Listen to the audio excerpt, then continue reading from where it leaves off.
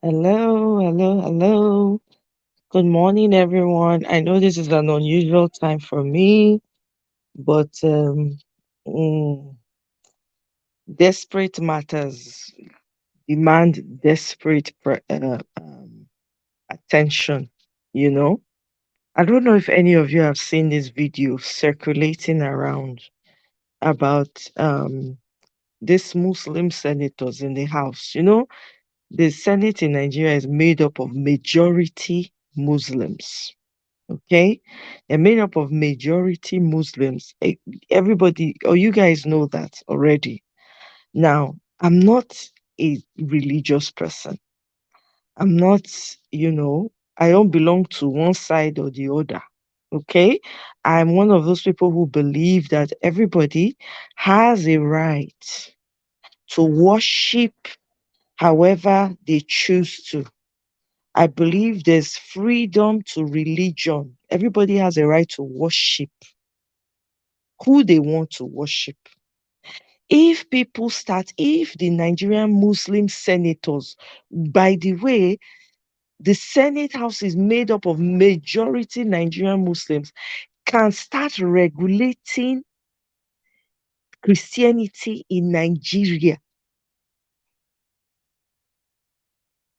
and everybody is quiet, there's a problem.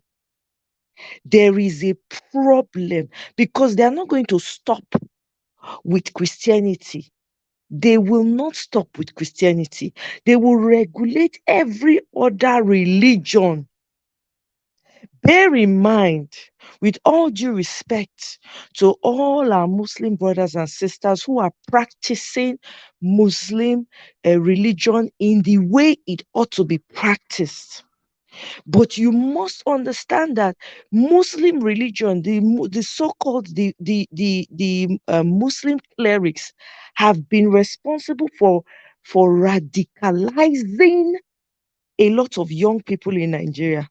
The people that are causing, that are creating mayhem, the Boko Haramists, especially in the northern region of Nigeria, the fake ones amongst them have been the ones responsible for radicalizing them. They've been the ones responsible for radicalizing these people. And on top of that, they ensure that they remove education. They don't teach them nothing but destruction. If any religion ought to be managed, would that not be the religion to be managed? Because these fake Muslim clerics have turned the Muslim religion into another thing. Wake up, Nigerians. Wake. This is not the time to sleep. Where are your GOs, for goodness sake? Where are your freaking GOs? Where are your pastors? Why are they not on the streets? They're about to regulate your religion and everybody is sleeping. You see, when people come against you, when people talk about certain things, people will be up in arms here. They will be, they will come and start defending nonsense. Do you know what happens when people start to regulate your religion? That means that the country is sinking into utter darkness. These people mean nothing for Nigerians but mayhem, destruction. That's all they care about. They are the children of the devil. They have come from darkness to impose darkness on you. Eh? If you are not outraged that these Muslim senators are trying to regulate your religion, I don't know what will upset you. Where are our Christian brothers and sisters that ought to be screaming from the top of their lungs? Do you know that means that you cannot worship your God freely as you want? Do you know? I, for one, I believe that all religion should be monitored because we've seen the extreme ends of all of it. I believe all religion should be monitored at this point in time that we have in Nigeria. Your Christian leaders in Nigeria have taught people to be docile. Docile. When your rights are being impeded upon, you cannot speak up, you cannot talk, you cannot say anything. Here we are. Your senators are trying to, your Muslim majority senators in the House, in the Senate House, they are working on a bill to regulate your Christian religion. Where are the Christians? Should this not outrage you? Shouldn't this make you outraged? Welcome, blessing. I'm sorry. I'm not, if I don't greet anybody this morning, because if we don't speak, this is how these people, that bill that is in the House must not pass. Hashtags ought to be going up on Twitter everywhere.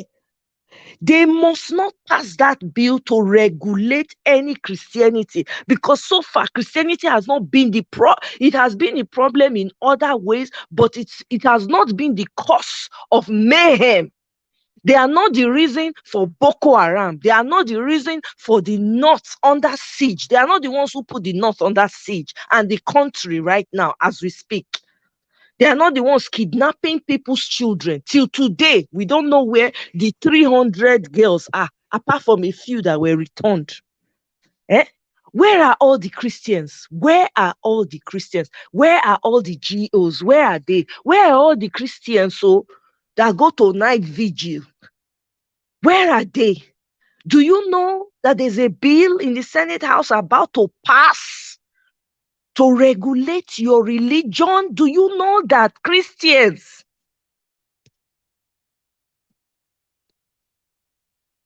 Do you know that?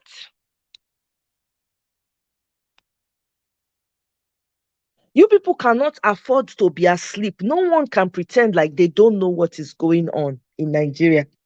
This news has been circulating. It has been circulating. This is what has brought me here early this morning.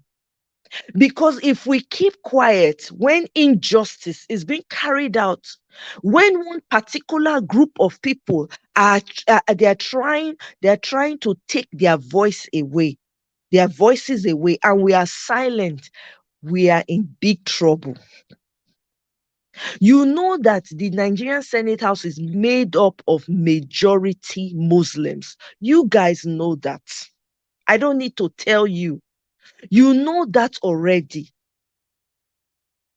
These people are not joking. They are not joking. They are slowly sliding in. They are sliding. They want Nigeria to slide into utter darkness. What are people doing about it? What is everyone doing about it? Shouldn't there be heavy protests on the streets? Who gave them the right to?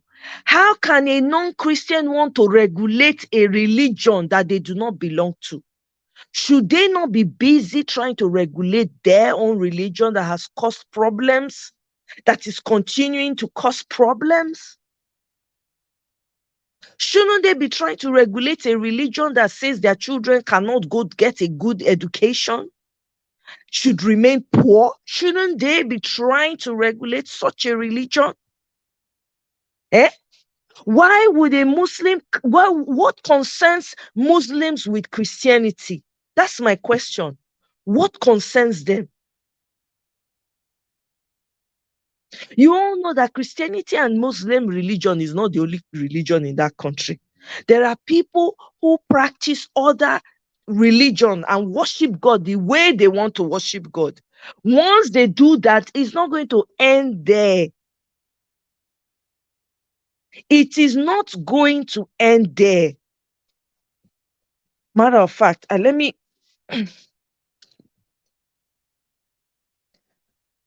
set up here so I can play this video really quickly. Because all the Christians that go to they go to the different mountains, that are praying every day, fasting every day. Where are they? Are they sleeping? Don't they know that there's fire on the mountain? Eh? Your Senate leaders are working on a bill. They've already worked on the bill. What am I even saying? They've already worked on the bill. They want your religion to be regulated. You cannot afford to be sleeping when that is what they are trying to do. You cannot sleep. Wake up. No sleep again. Wake up. All the sleep when you don't sleep, you don't do. You don't do. Maris, welcome. Hey, I don't know whether it's only me this thing is bothering. I don't know. Hashtags need to be going up everywhere in Nigeria. On Twitter, everywhere need to scatter. Eh? Regulate which religion? Why not be their own? The woman they supposed regulate, they never regulate. Wetin Muslim get to do with Christian religion? Wetin Muslim? Wetin be the business of a Muslim trying to restructure a religion they do not belong to? What has a Muslim got to do with restructuring a Christian religion that does not have anything to do with them? Why are they not focusing on their own religion that is causing problem? Sections of their religion that is problematic. Why are they not trying to restructure it? We all know the story of Deborah here. Which religion caused the unaliving of Deborah?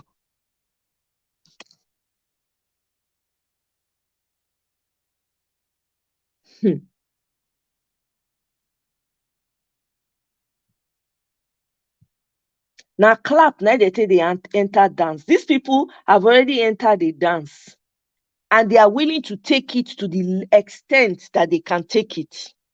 My question is, are the Christians going to fold their hands and watch while this mess is about to be unleashed on them?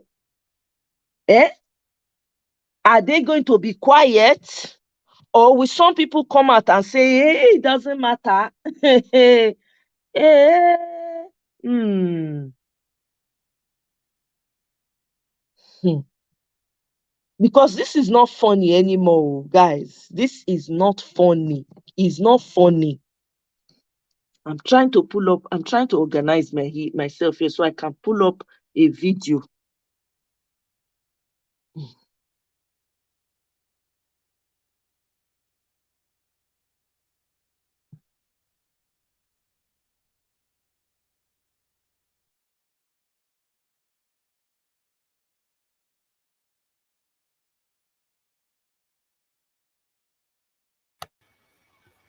Yeah? Can you guys hear me? Please let me know if you can hear me. Because I just had to switch devices now.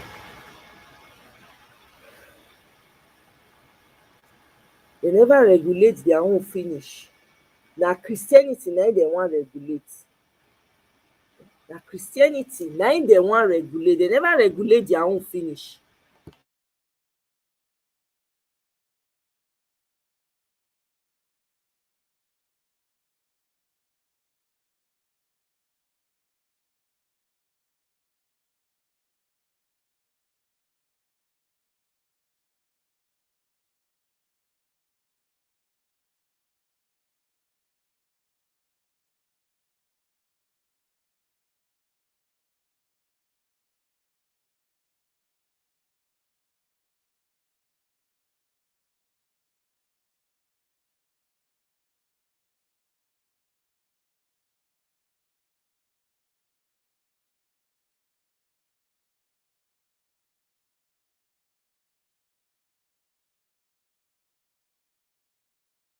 I'm trying to organize myself here, guys. Bear with me. I'm trying to pull up a video so you guys can watch. Let it not be as though I'm just talking to myself because this is getting out of hands. People are just doing, Nigerians, they're just doing all these senators, all these evil leaders. Eh? That these people pass down to their children. Look at what they are causing. Oh. Eh,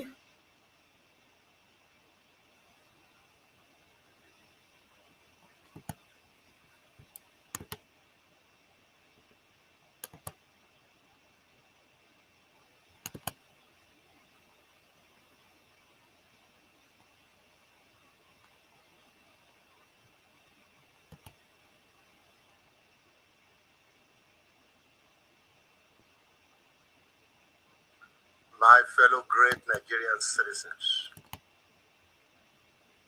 okay. Mm, let's see.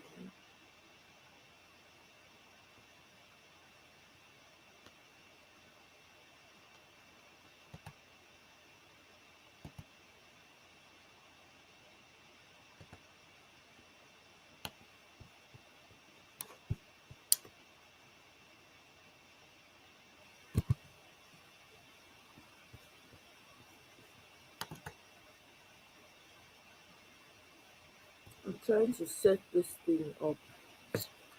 Let me bear with me here. How is everybody doing? I'm sorry, I just came in because this just triggered me. I'm like, ha, these people are not going to stop at anything.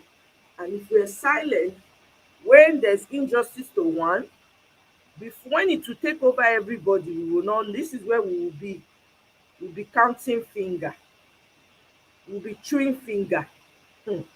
These people don't mean well. They do not mean well. Their intentions are not good. They are not good at all.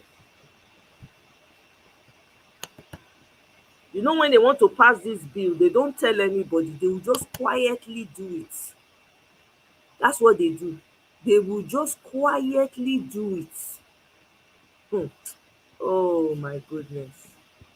I don't know whether it's only me that's feeling it like this. I don't know. I don't know if anybody else has seen it. Eh?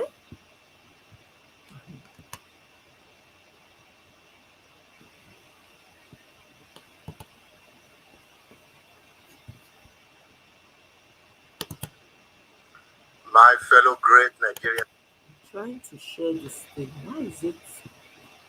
Where is this?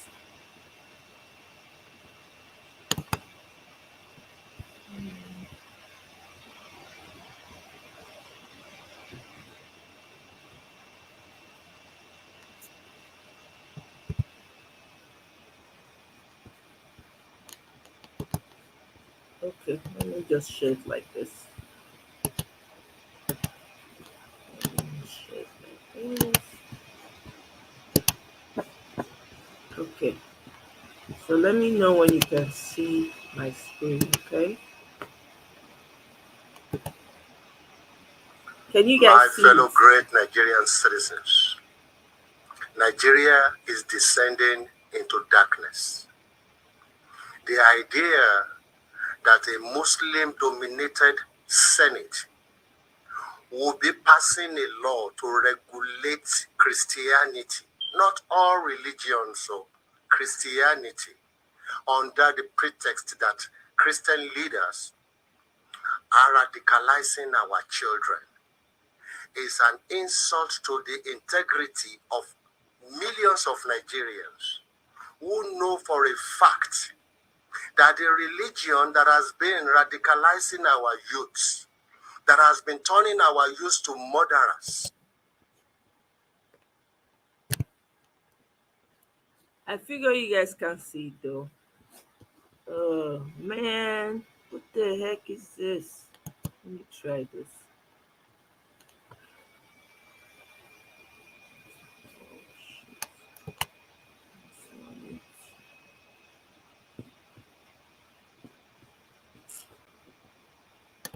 I'm gonna find another way to share this video with you guys because it's very important for you to see this, to be honest. It's very, very important. Um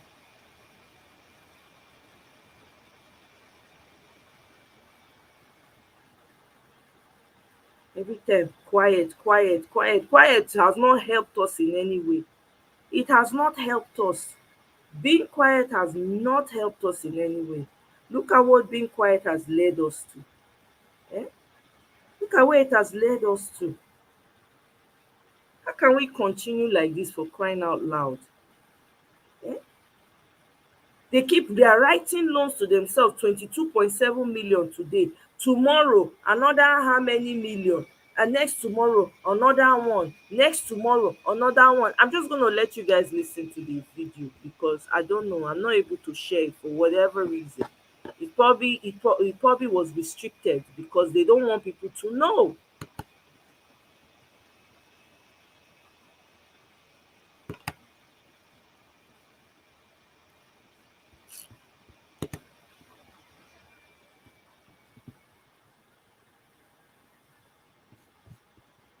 They don't want people to know.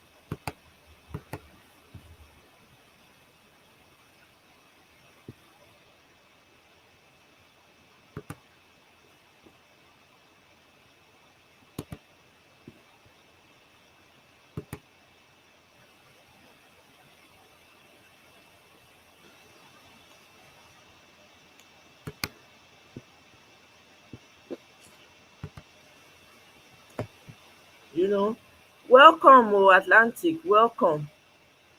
Welcome, welcome. I'm telling you, this they are not joking, though. Meanwhile, you have a majority Muslim trying to restructure Christianity in Nigeria, and everywhere is silent. What is wrong with Nigerians, for goodness sake? Now they carry this thing for head pass. Now they hawk am, abi no dey affect them. Abi dem no know say they very soon they won't be able to hold all those night vigils, all those wetin dey call them, camp meeting, when they go block road, block everywhere. Abi dem no know say e go affect them like that. Dem no know say dem no go even fit dey call the name of their God again. Dem no know. If these people don't understand the fire that is coming to them, everywhere is quiet. That kind of thing is happening. People are you want to tell me that people don't know? Your geos, people do not know, pastors don't know. What are they doing? What are they doing, for crying out loud? Eh? These people do not care. They don't care. Eh? They don't care.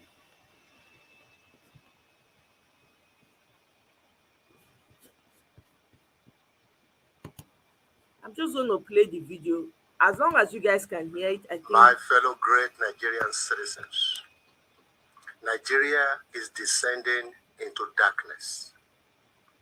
The idea that a Muslim-dominated Senate will be passing a law to regulate Christianity, not all religions, so Christianity, under the pretext that Christian leaders are radicalizing our children, is an insult to the integrity of millions of Nigerians who know for a fact that the religion that has been radicalizing our youths, that has been turning our youth to murderers, that have turned these murderers in perpetrating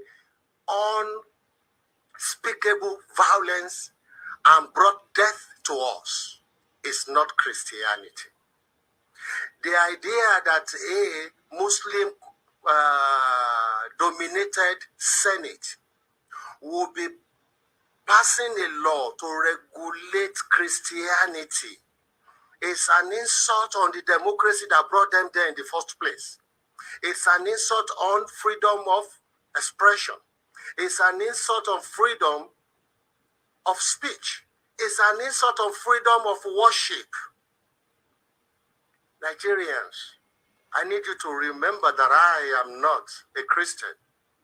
But if we allow ourselves to sleepwalk into darkness that is about to be brought upon us by Muslim controlled Senate, we will be walking into darkness, and there is nothing in darkness other than destruction.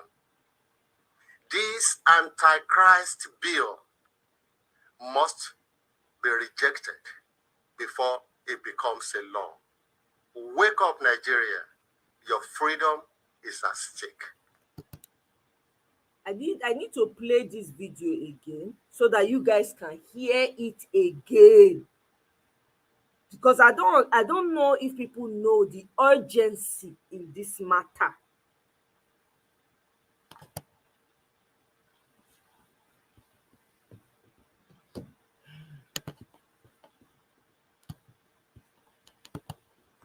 My fellow great Nigerian citizens, Nigeria is descending into darkness.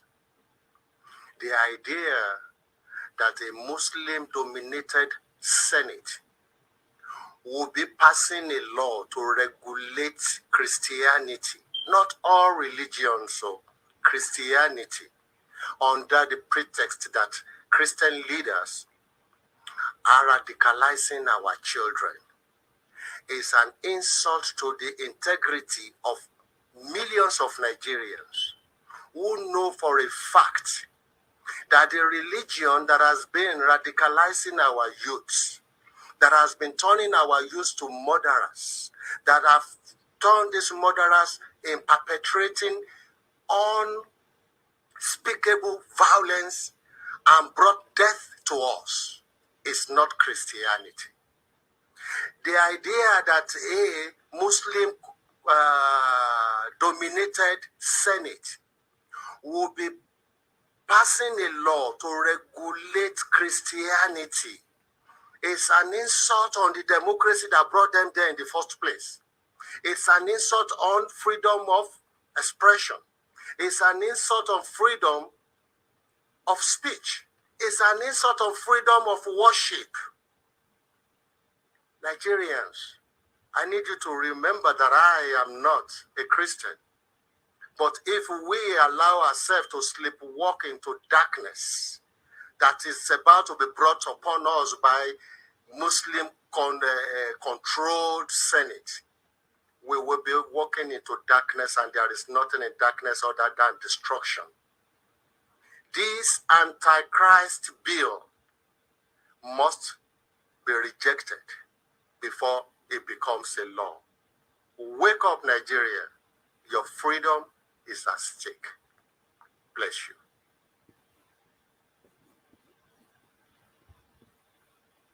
Sure, una don hear o. So that anybody coming here will not say, oh, I did not know about it. Oh, when did they pass? When did it happen? This thing ought to be going. Like, I'm looking at Twitter right now. I don't see anything. I don't see anything even referring to it. These people are doing a lot of things in the dark. They are just doing a lot of things. While people are busy making noise, they are just quietly moving things around that nobody knows. First of all, they're first cleaning out the treasury, so that there'll be nothing left. 22.7 million today, tomorrow 18 million. We don't know how much they are going to withdraw on Monday. They want to empty it so that you will not have access to money. That's what they are trying to do. And then after that, they are slowly, you see, they're trying to restructure religion that they don't even understand themselves. They've not finished understanding their own religion though. They want to restructure someone else's religion. Welcome, our Kanu. I'm looking at Twitter. I don't see anything. Nothing. All I see is all these fake Yoruba people calling for chaos, full blown chaos. If they annul the election, that's what I'm seeing on Twitter. That's what I'm seeing on Twitter. That's what's going on. These people are threatening full blown chaos because of an election that they stole.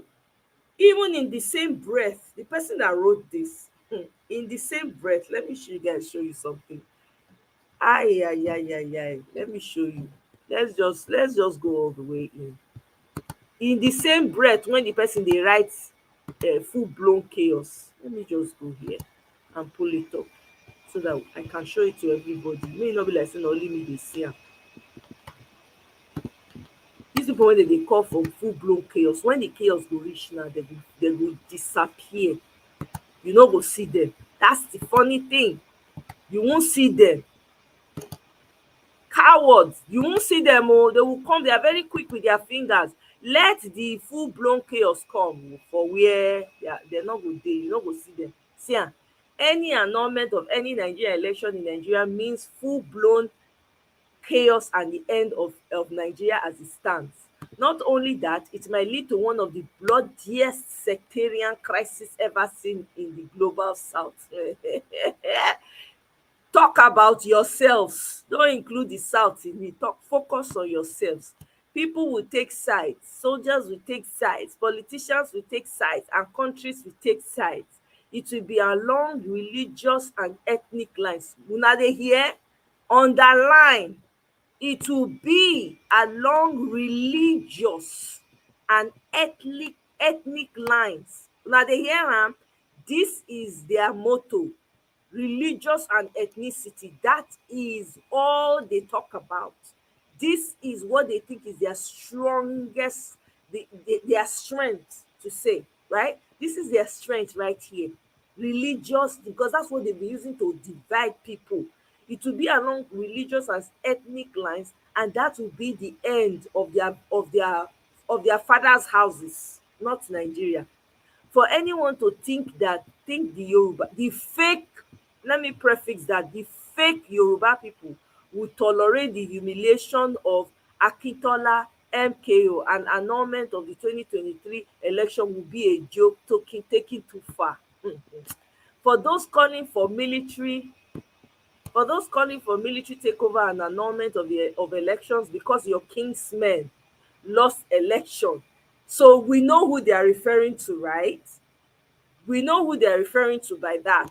For those calling for military takeover and annulment of elections because your kingsmen lost election. Can you imagine the insult? I feel insulted by this.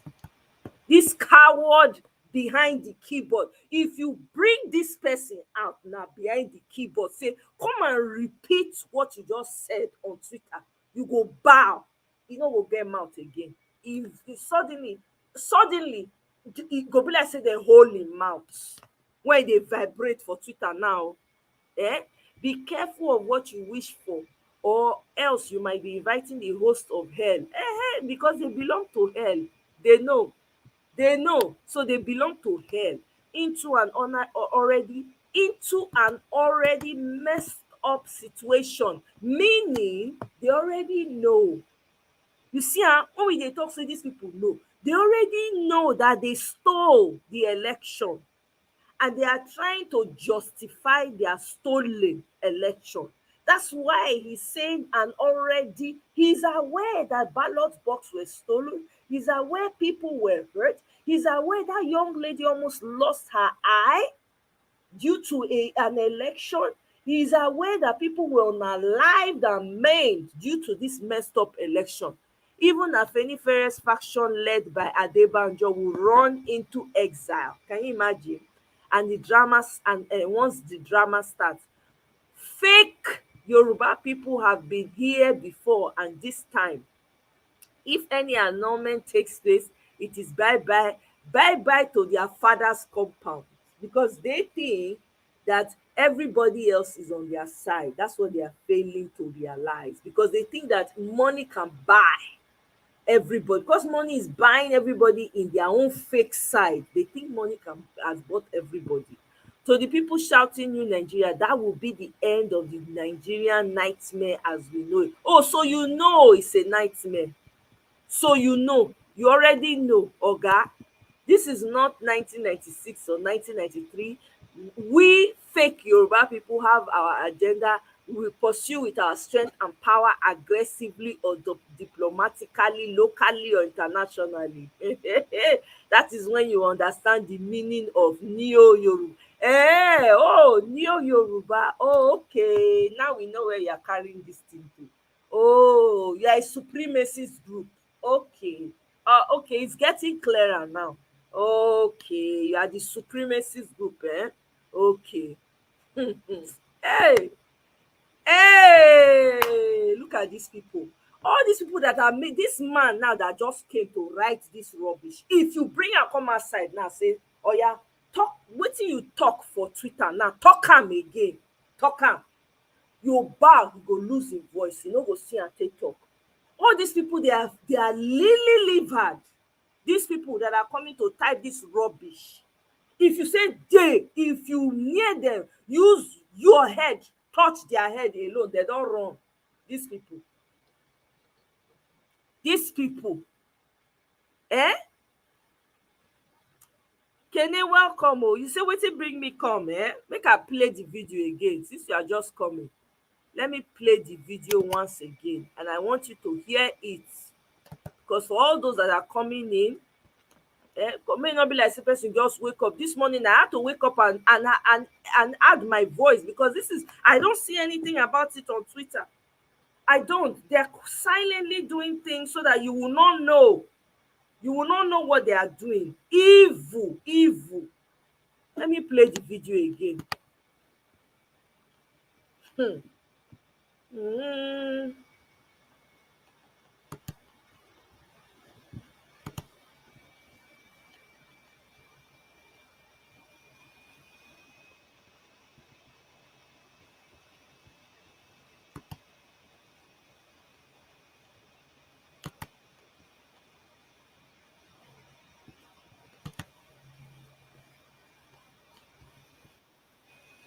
Okay, I think I'm able to share it now. Let me share it for those just joining. This is why I decided to come early, my brothers and my sisters.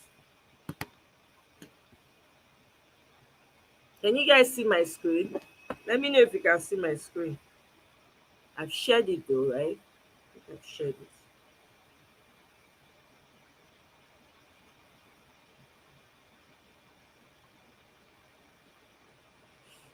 Can you guys see my screen?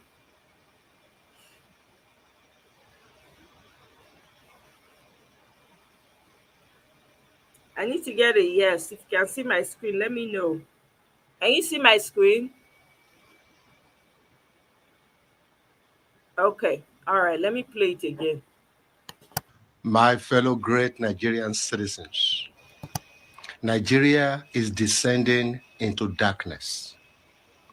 The idea that a Muslim-dominated Senate will be passing a law to regulate Christianity, not all religions, so Christianity, under the pretext that Christian leaders are radicalizing our children, is an insult to the integrity of millions of Nigerians who know for a fact that the religion that has been radicalizing our youths, that has been turning our youth to murderers, that have turned these murderers in perpetrating unspeakable violence and brought death to us, is not Christianity.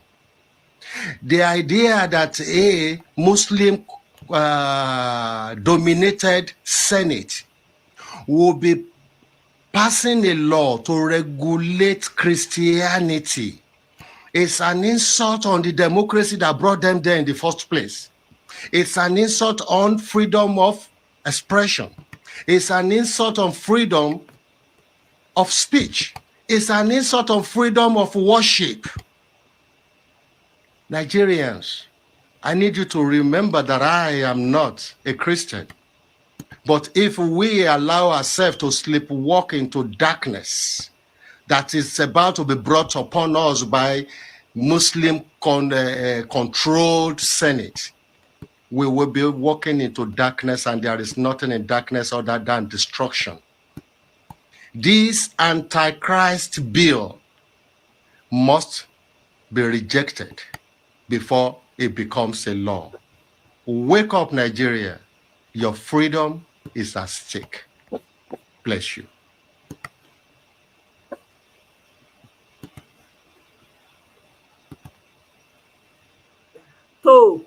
So you guys have heard it now, Abi.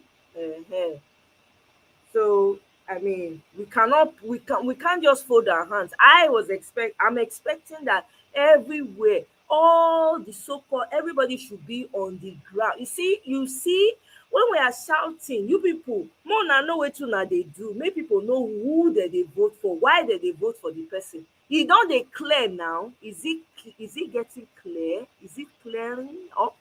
Is the mist above clear for you to see that these people have no good thought towards you? They don't care about you. They are not interested. This is just is a smidget of what they are doing. No. It is a smidget. We don't have it yet. That's what I'm saying, Kene. I was checking on Twitter to find out if anybody is even talking about it, to let us know what the bill is so that I can share it here. I no see. This is what I'm talking about. I no see am. I dey find am. I no see am. I no see am. Everybody suppose, every Christian, even if you are not a Christian, you are supposed to be concerned and be worried about this. Because that is saying that you don't have the freedom to talk to your God the way you want to.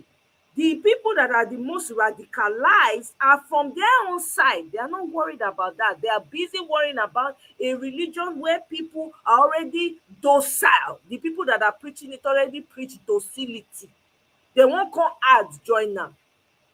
Because when you say anything to criticize, people don't care to know what religion you belong to. They will come up in arms. They are ready to tear you down. What is the use of a brain and common sense if you cannot question something? You have every right to question it. You're a human being. It affects you, so you must question. You must ask questions. If you don't ask questions, there's a problem. That means people can do whatever they want. They will take advantage of you. They will lie to you when they need to. They will lie to you. You should, even your Christianity, you should question. There's some things that you question, not because you're in doubt or anything, because it is your spirit that matters. It is not your physical. So you have every right to question. Even your same Bible tells you to test all spirits. Why did he tell you to test all spirits? Because he know. Everywhere supposed to dey catch fire right now with the number of GOs wey we get for Nigeria and the number of Christians. E suppose, in fact, the first insult na the fact say they choose Muslim leadership and people quiet. That one already have a problem with. Every church suppose shut down, go mount protest in front of that their APC headquarters. Nobody did anything because some people are benefiting. Some so-called people at the top, they are benefiting from it. Nobody said, do you know how many Christians there are in Nigeria? Do you know how many? If all the Christians in Nigeria choose to do the right thing and march out as their Bible preaches out, as their Bible preaches against evil, if they march out, a lot of some of the issues that we're going through right now, we will not be going through it. But where they're supposed to have power, they will not have. It is way to how to collect money, second offering, third one, fire Thanksgiving, second time. That's all they know. And they will preach some false doctrines to you to subdue you, to make you docile, so that your natural instincts that was given to you, your common sense is suspended. You can't think for yourself. Every Christian ought to be on the street right now shouting by that Senate. May they not open that Senate building for a long time because of una. You go surround that building, bring am down. Now Muslims, which year they want a year? Now Muslim won't come restructure your religion for you. Now Muslim, when you know they not only Psalm and Proverbs, like they read Muslims, they like Proverbs and Psalms where, and they know about the Old Testament. Not only that one, and even that one said they still get down. Now those people now they want to restructure your religion. Is that not an insult to you? Are you not feeling insulted? Why are you not shouting? Why are you not coming to the defense of the religion you love so dearly? Why? If it's an individual that is talking and calling you out on your mess, you people will be up in arms. Look at it now. There's a bill in the house to restructure your religion. Where is your annoyance? Where is your annoyance? This is where it is needed. You see that defense quick. Oh, touch not my anointed, touch not my anointed, do my prophet no harm. One are dey shout up and down. This na the time when I supposed to dey shout. Where are your voices now? I know they hear am. I know they hear am. Where are your voices? Touch not my anointed. Touch not my anointed. Do my prophet no harm. Where are those voices? They're about a Muslim, a non-Christian is about to restructure your religion. What are you doing about it? Where is your outreach? Where is your touch not my anointed quote? Where is it? Where is it? Because these people are not stopping. They are moving along. They are moving along with their plan. They are not slowing down. You think they're slowing down? While you are busy making noise and shouting on social media, these people they are just doing their own thing. They are just doing their own thing. While you are busy screaming, they are doing their own thing. I'm telling you, you think that they are all here for play. You think so. Only God knows what other things that they are planning. Only God knows. Only God knows what other things that they're doing. Eh? Only God knows. You cannot, I'm telling you, you cannot be silent. You cannot be silent in the face of this level of injustice. You cannot be silent. It is a man that is not a Christian that came to tell you now. He probably has inside information. There's no outrage. I don't see any Christian leader coming out and shouting brimstone and fire. I don't see any of their members saying, do my prophet no harm. I don't see it. But when an individual is questioning the actions of your leaders, you people are very quick to come to their defense. Come to the defense of this bill now. Where are you? Where are your GOs and your pastors?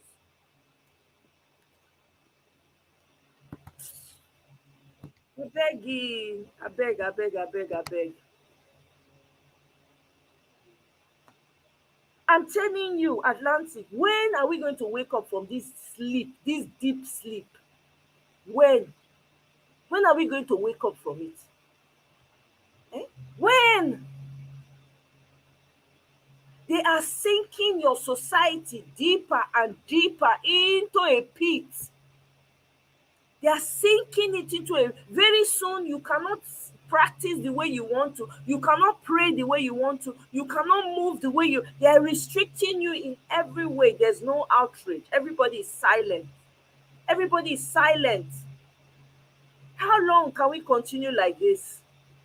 You cannot pretend like it is not happening. You're turning the other side because it doesn't affect you, because you have a private jet that you can hop on and get out with your family. How long are you going to continue like that? How long? How long do you want to keep doing this?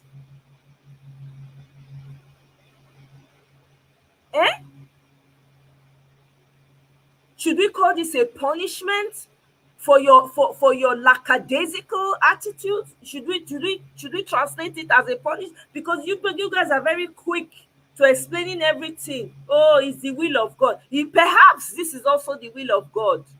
That a man that is not, people that don't know anything about your religion are coming to restructure your religion. Isn't that a monumental shame?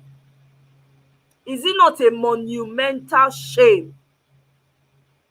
Should we call this the will of God also? Should we? Because you guys are very quick to say it's the will of God. Let's accept the will of God. Is this the will of God for you guys? That your religion will be restructured? Because you guys are ready to fight on the street. If people mention your GO's name or your pastor's name, you are ready to fight on the street. In fact, you are ready to keep malice and quarrel with people when they mention your GO's name and your pastor's name, as though they are the ones that created you. They are the ones that gave you breath of life. What do you have to say now? What do you have to say now?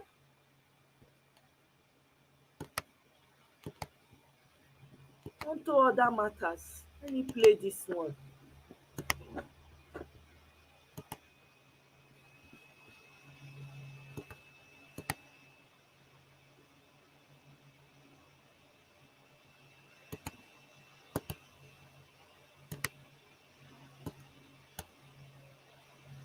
There is no faction in Labour Party. By the law, by our constitution, because our constitution is very clear. You cannot stand up and start parading yourself as a national officer. There are processes by which a national officer evolves. The first, you must be elected by the National Convention. And I'm talking about Article 13, 1BIV. You can check it in the Labour Constitution. And then, even if there is a sudden vacancy in the party, it is still the National Executive Council that will replace the vacancy. And I'm talking about Article 13, 2BXVI. You can check it in the Labour Constitution. So somebody cannot just walk from anywhere and start telling you he's the national chairman of the Labour Party. And then you start ascribing that it's the faction. You are free to say anything.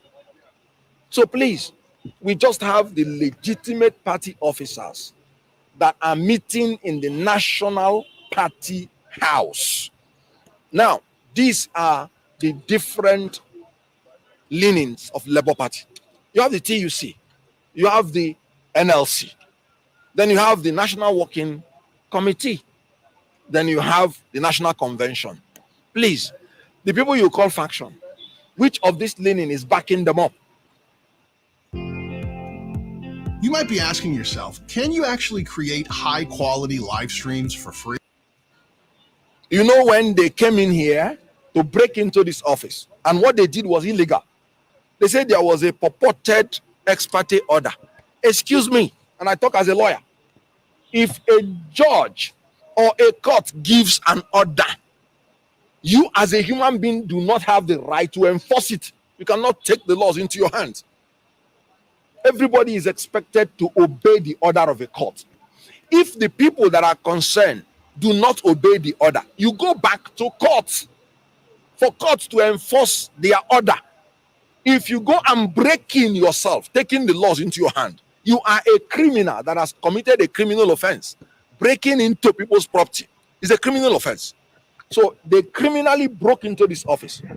And that was why NLC called them rodents. And I agree. And they brought insecticide to fumigate this national office and threw them out. Now, since they were thrown out, did you see them here? Because they know what they did was illegal. They used thugs. They used the people, their paymasters, because they are now a department of another ruling party that is sponsoring them. As they said in this press conference, all they are looking out for is money. That is why I call them politicians of convenience and politicians of fortune. Here in Labour Party, we are politicians of conviction and politicians of fortitude. The whole idea of what they are doing is they are being paid so that they will distract us from chasing tenaciously our presidential mandate that was stolen from us. They are just a distraction to make sure that we do not focus on reclaiming our presidential mandate. And we are not going to succumb to that cheap blackmail. So they are, like I said, the NLC say they are rodents. I call them political clowns. My principles say it is a display of rascality. And so we cannot succumb to those blackmail. Please stop referring to them as faction, because I will ask you, on what authority? None of them was elected by the National Convention. None of them was elected by NEC to replace any vacancy. These are the only reason. And before you remove the national chairman, you have to get 2/3 of the National Convention, not even NEC. And some group of people are purporting that they have removed the national chairman. Okay, the so-called interim order, which I will come to, did he give any of them the right to assume the leadership of Labour Party? And the court is not supposed to interfere in the internal affairs of any political party. And I quote the case of Suleiman and APC, 2023, 5 Nigeria Weekly Law Report, part 1877. In that case, Supreme Court made it clear that you cannot interfere in the internal affairs of a political party. The Supreme Court made it clear again that a court that does not have jurisdiction cannot interfere in any act of the political party. And jurisdiction is where the cause of action arose. Now, this so-called suspension arose in Benin, in Edo State.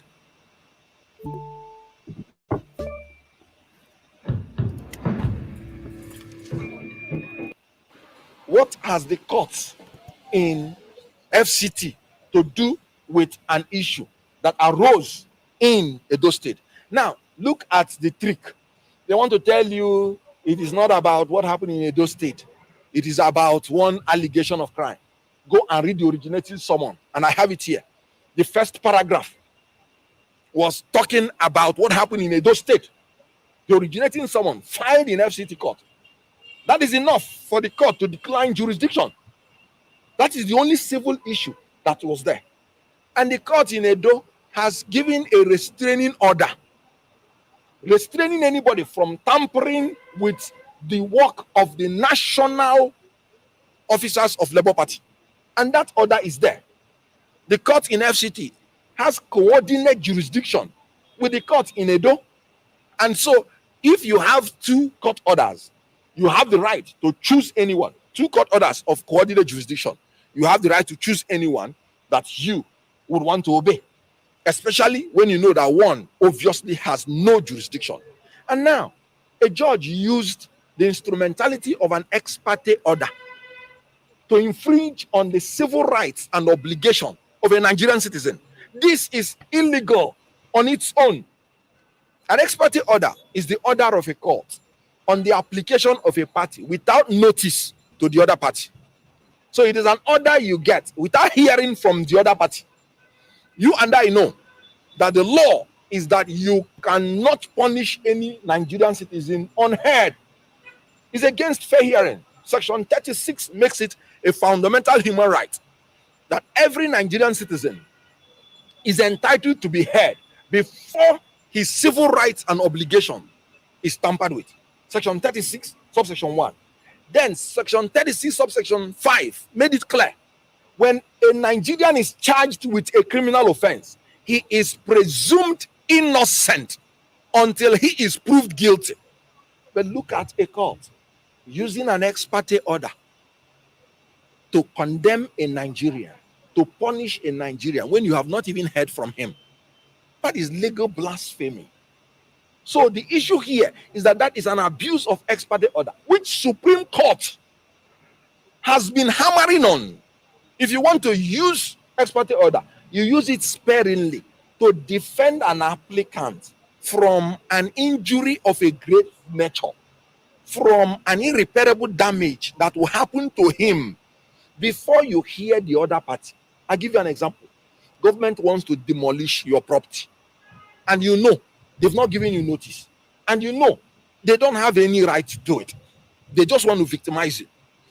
You have the power to go to court and get an ex parte order to stop the government from destroying your property, because If they destroy it, it will be an irreparable damage to you.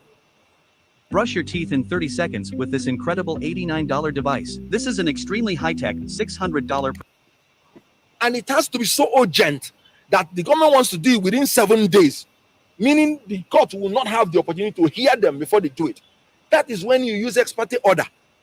But in this case, the judge used an ex parte order to cut off the head of a human being. A political party is a human being recognized by law, and the national chairman is the head of a political party. So using the ex parte order to tell a national chairman not to do his work, punishing him for nothing, an innocent man, that's what the Constitution said, that has not done anything, and you have not heard from him. Now, let me tell you another very funny thing. The police purported reports, which they are parading, which they annexed. The police itself says is a gossip, and nobody should use it. A gossip is a casual report about people, detailing information about them, which have not been confirmed to be true. So the police itself say in the police report, and I'm talking about paragraph 5 of it, he said, please, this is for information only. Nobody should use these reports. The police even say they will not be held liable if anybody uses this report. So what police cannot confirm is true because they've not heard the other party. A court relied on it without hearing the other party to punish the party. Is that not ridiculous? So what's the bottom line of the question? The question you asked good. The bottom line is that there is no faction. You were in this particular meeting that is held. You saw the chairmen and secretaries of all the states. The quorum of any meeting in Labour Party is 1/3. So if you look at the composition of the membership of NEC, and I am talking about Article 13, 2B, 2A, you will see the composition of NEC. You must form a quorum. If you don't have the chairman and the secretaries, you don't have, you saw the National Working Committee. Which quorum do you have to start parading yourself that you are doing a NEC meeting in Bauchi? It is criminality. They are impostors. They are not members of this party. They've been expelled by the legitimate authority, NEC, the ones that were there before. So on what basis are they doing that so-called NEC in Bauchi? Like I said, you saw the people here physically. The chairman of chairmen talked. So on what basis? So please, that is a show of impunity, criminality, illegality, corruption, and they are doing it to satisfy their paymasters, just to distract us. Thank you very much.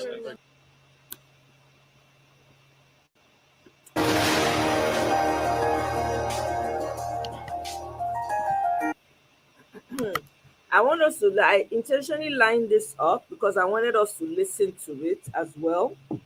And then we can talk a little bit and then we'll take it from there. It's time now to review headlines of today's newspapers.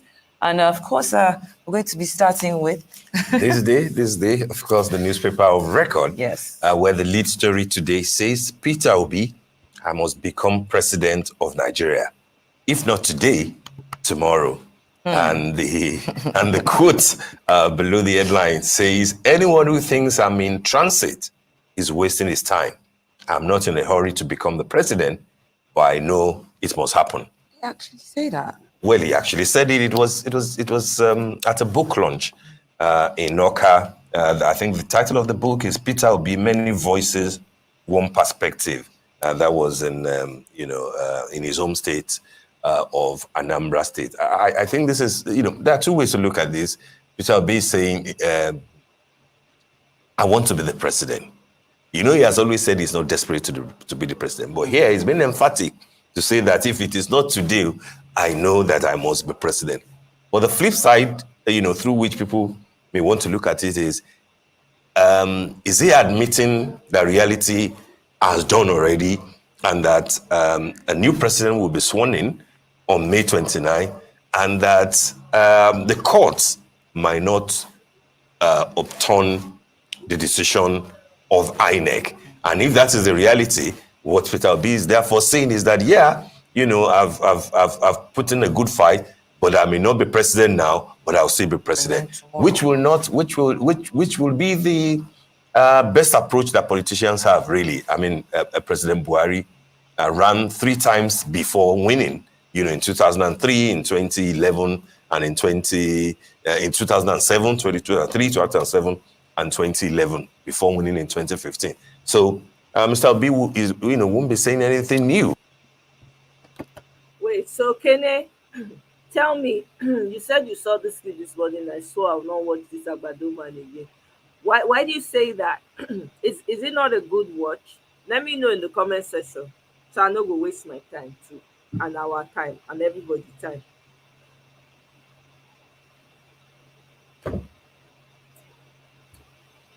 Anything when Peter Obi talk, na viral news for them. So say they bring numbers to them, so they must mention his name. They must mention Peter Obi name. Shameless people.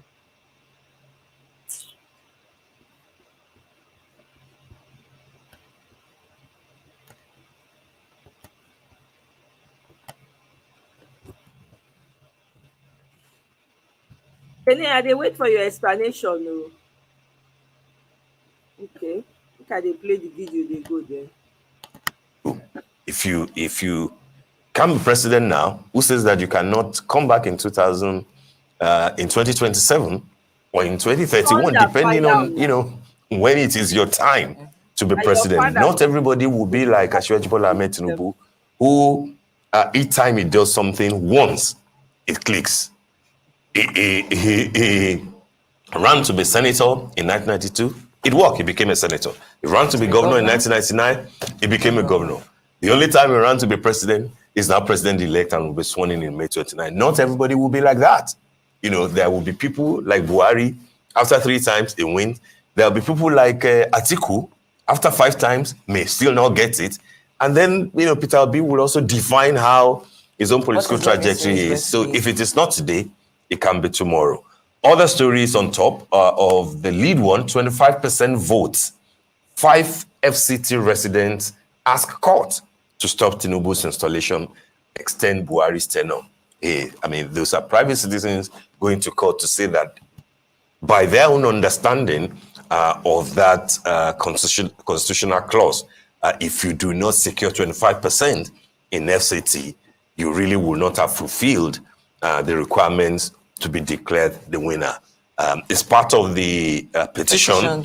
That's what I was going to ask. That can a separate petition coming from residents be also attended to, or won't it have been wiser to kind of add their case together with these are individuals? They may not necessarily be members of the opposition party, and they are not necessarily they may not necessarily be on the same page or as detailed as what the Labour Party and the PDP are asking for. They are basically saying that as individuals, as citizens, that the Constitution is clear that you can't swear in a man who has not fulfilled the constitutional requirement of having 25% by their own understanding in Abuja. Will the court listen to them?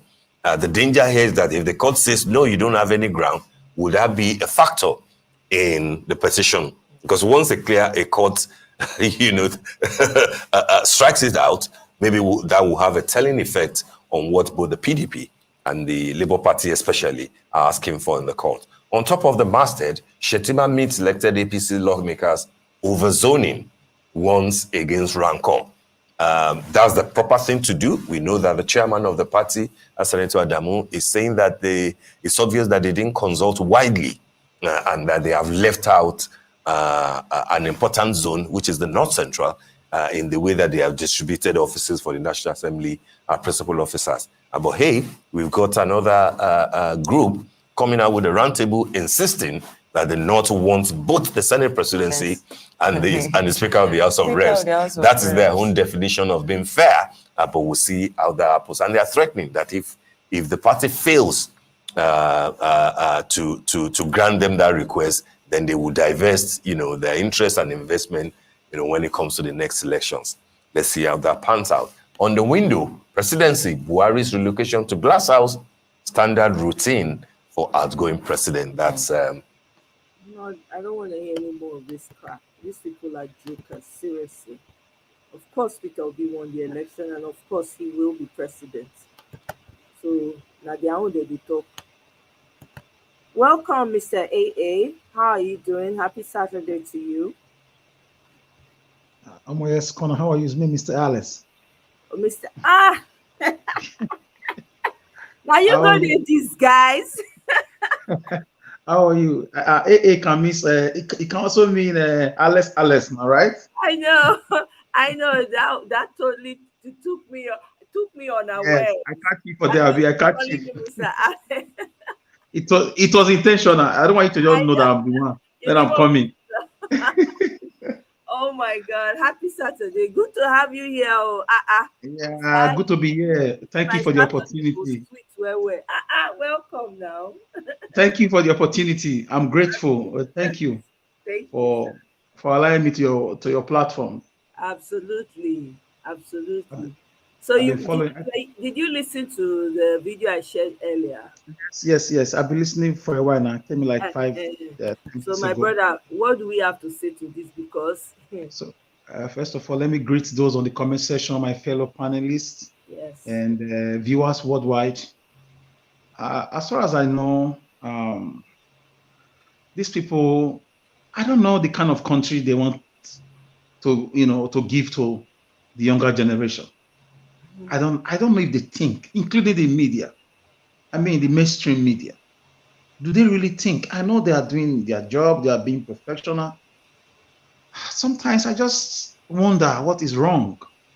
Where is everybody, apart from those on the social media and the obedient movement?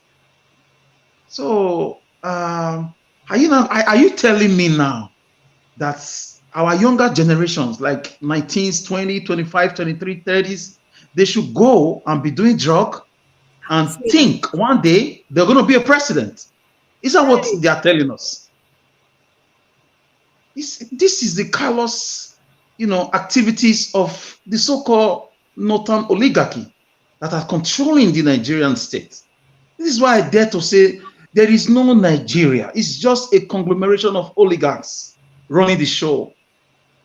A bunch of illiterates that call themselves professors, especially Professor Yakubu Mahmoud, who has displayed a nonchalant activity during the electionary process, lying to us that Beavers didn't work, and he said Beavers worked for senatorial and reps elections. I don't know. There's a lot of cacophony, a lot of olabalu going on ground and in the media space. People are crying out from all the nook and cranny of the world, and Nigerians worldwide are crying out. You cannot swear in a drug baron, somebody with drug-related activities. Have you wondered why no criminal has been paraded in spite of the large quantity of drugs discovered in different parts of Lagos for the past 2-3 years? There is a famous Lekki discovery. There is the famous Ikorodu discovery. Large quantity of cocaine, large quantity of a lot of illicit drugs, tramadol, wherever, cannabis, a lot. It points to you that it's only one man. The quantity sometimes is 100 billion, 200 billion, 500 million naira worth drugs. And it's all happening in Lagos. And one man said he built Lagos. And in America, he has a documented, drug case where he was convicted. He had to jump, leave the country and forfeit his own money to the tune of $460,000. I stand to be corrected.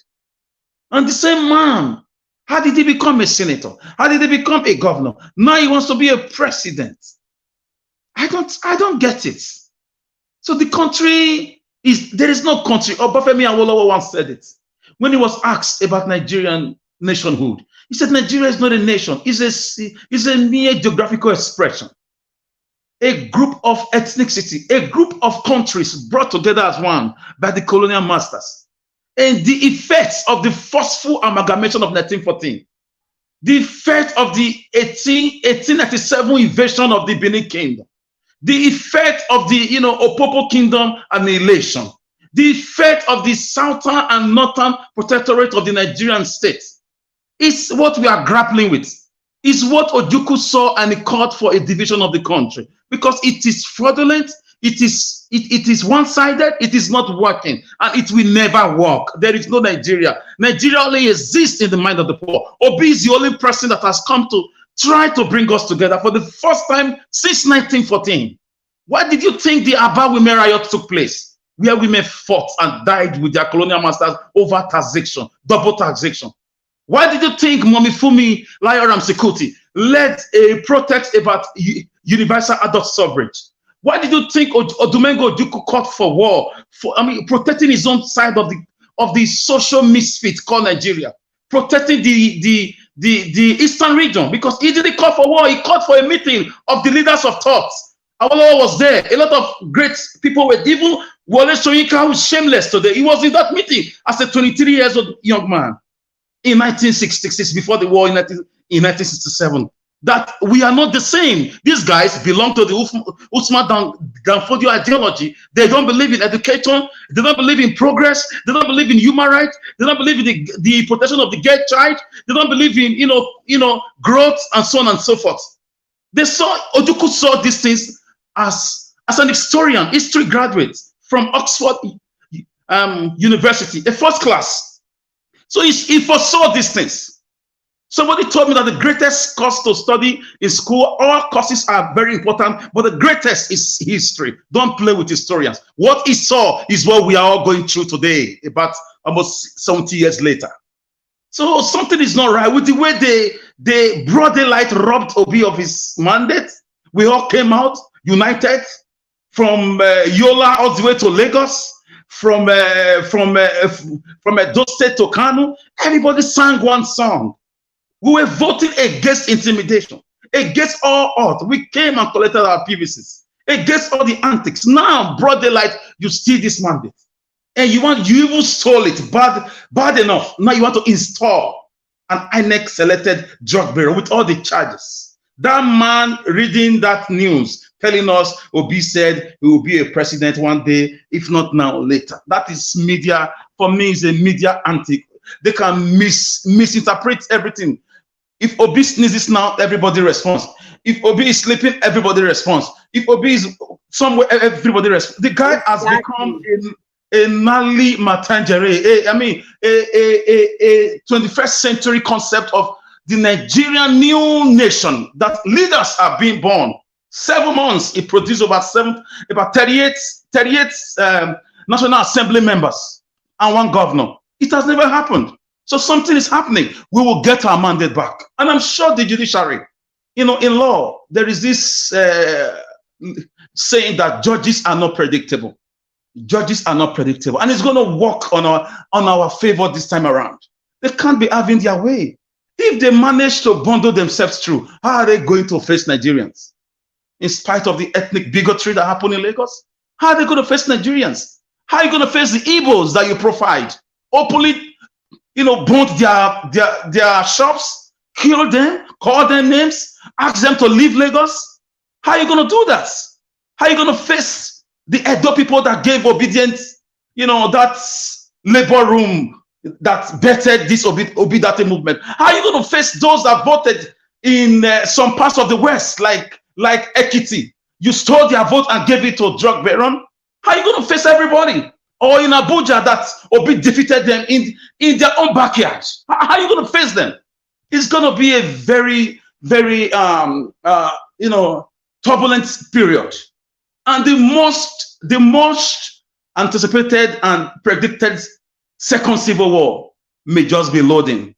Nigerian leaders should be very careful. Judiciary should be very careful, because the country has been destroyed for the past 8 years. So what is the basis on their winning elections?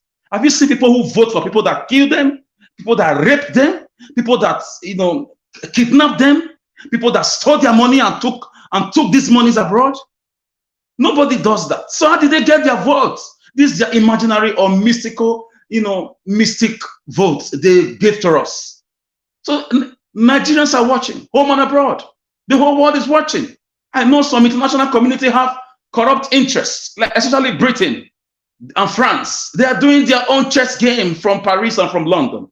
But we will tell them the power in the people are more than the people in power. So I thank you, Ms. Omoyes Corner, you and other sister channel who are doing the best we can do.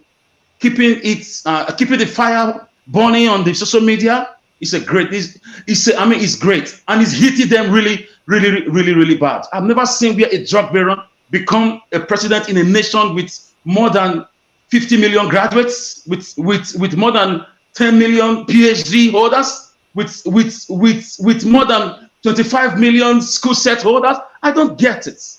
I don't get it. It's a paradox, and I know it won't work. Even if it works, it won't last. Something is going to happen. There's going to be an implosion. You can't keep buying your way all through. So I would like to stop here and give chance to other people. Thank you for the opportunity, and I really salute your courage doing what you are doing. Thank you so much.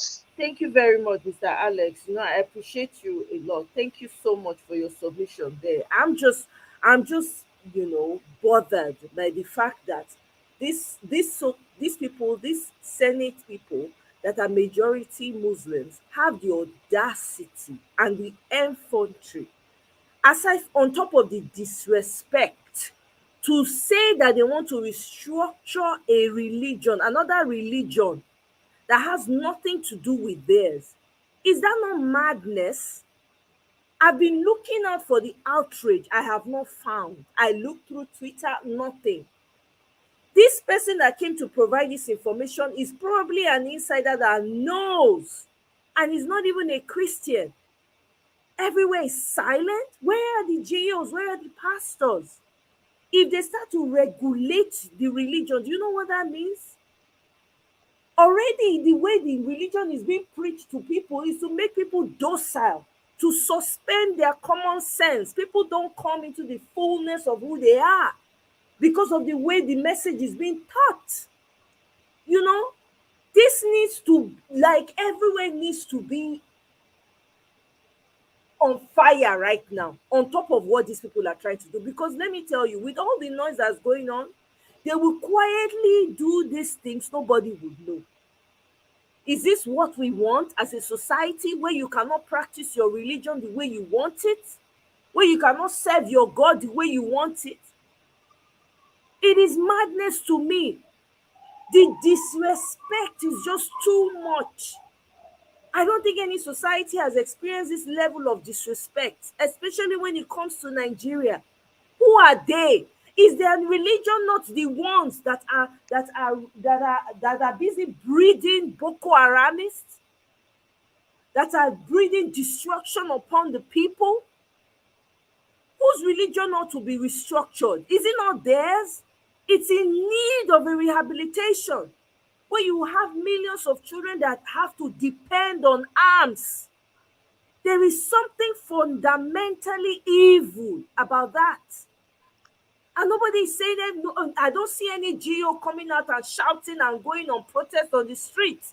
When we're talking, people vote for Peter the Rock Obi, vote for Peter the Rock Obi. They stole it. Everybody is choosing the side of evil. Even the ones that are supposed to say something are not saying it.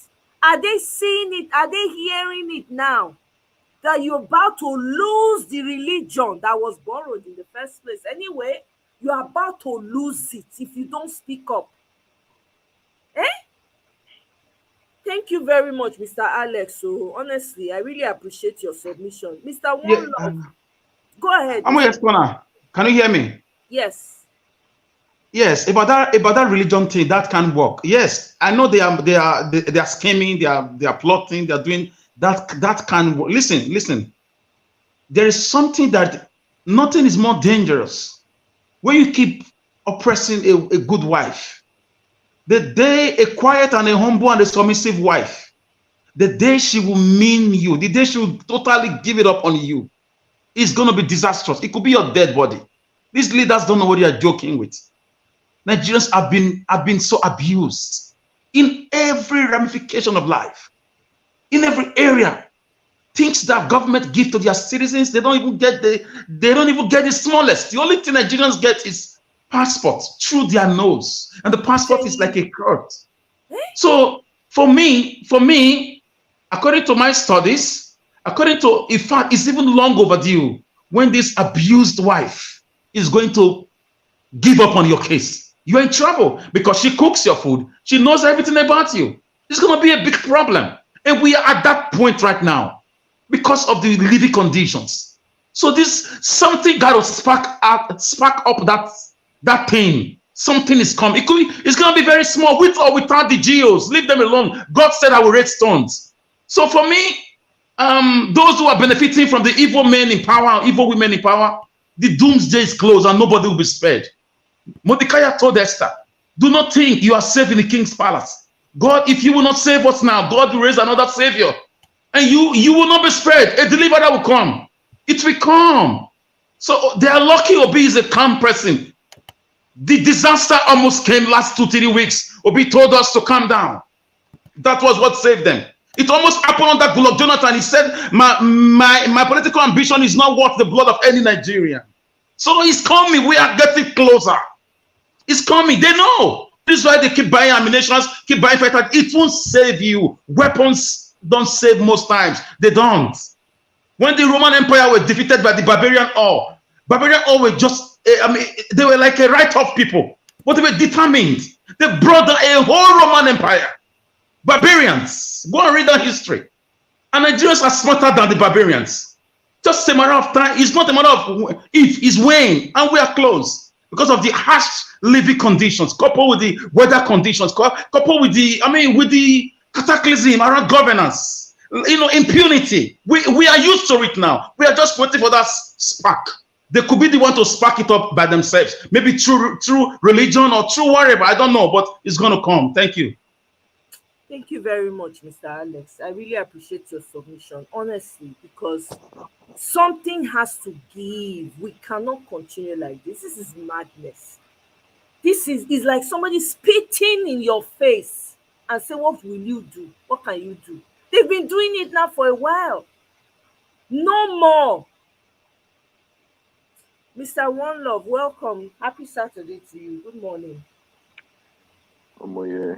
Happy Saturday to you in California, and to everyone in the panel. I believe also those who are joining us through the chat.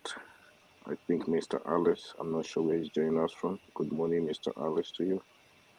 I really do appreciate all your help and appreciate your efforts in this new course that we are fighting for a long time now. I totally deleted my mind when it comes to Nigeria, but Peter Obi was the person who actually brought that, vigor in me again to think about, the name Nigeria. Because when I left Nigeria, I knew from day one that Nigeria is not one. Everything Alex talked about is completely true. My uncle served in the Nigerian army. He was there for many years. He worked with Abacha. I usually don't like to mention his name because, due to privacy issues, but he worked with Abacha. He was crying when Abacha died. I know most people didn't like Abacha. But right from independence, even before independence, somebody at one point decided to give the power to the Fulanis.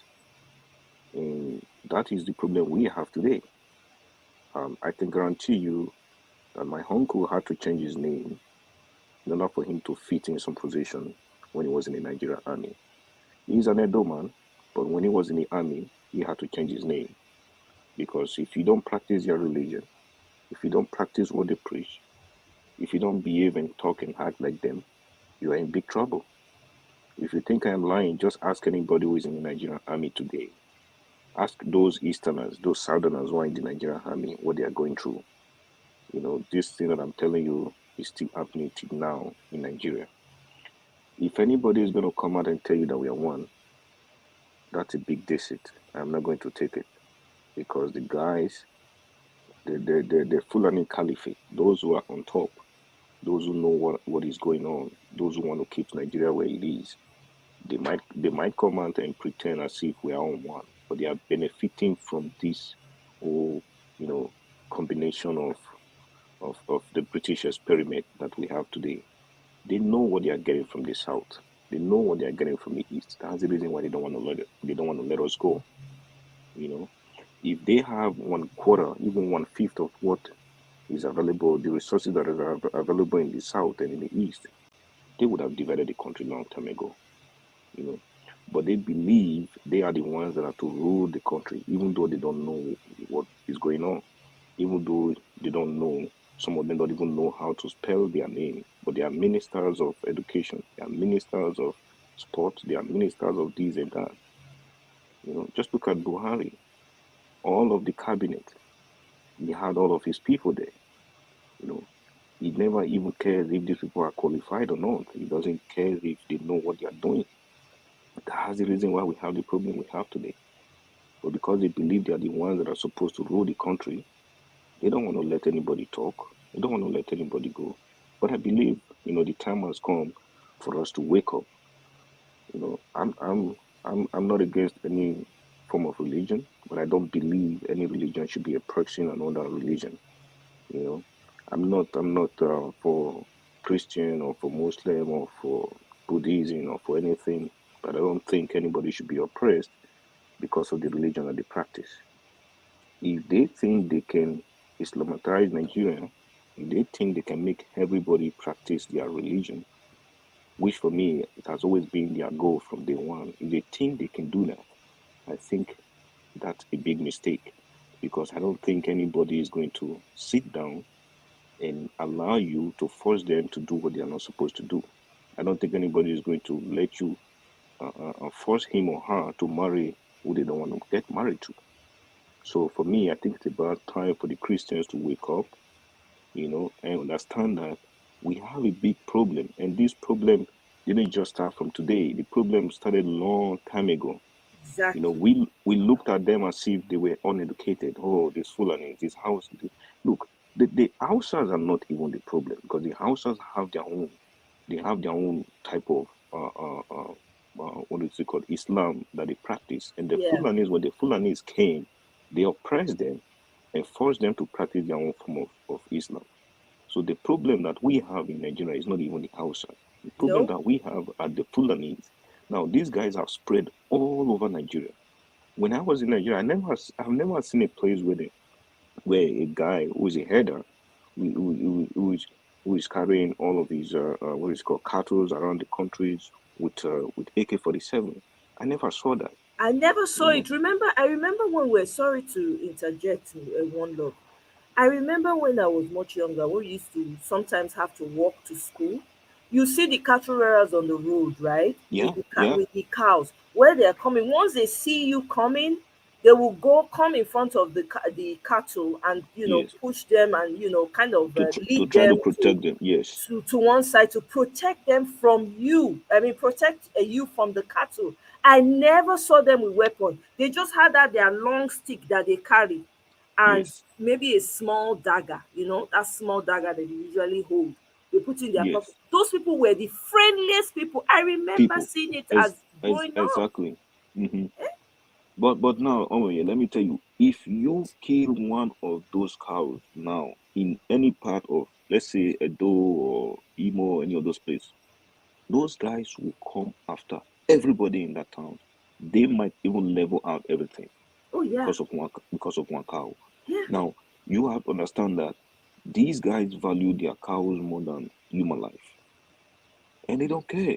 And their point and their goal is to make sure they force everybody to obey their own type of religious and cultural practices that they carry out in whatever they are from.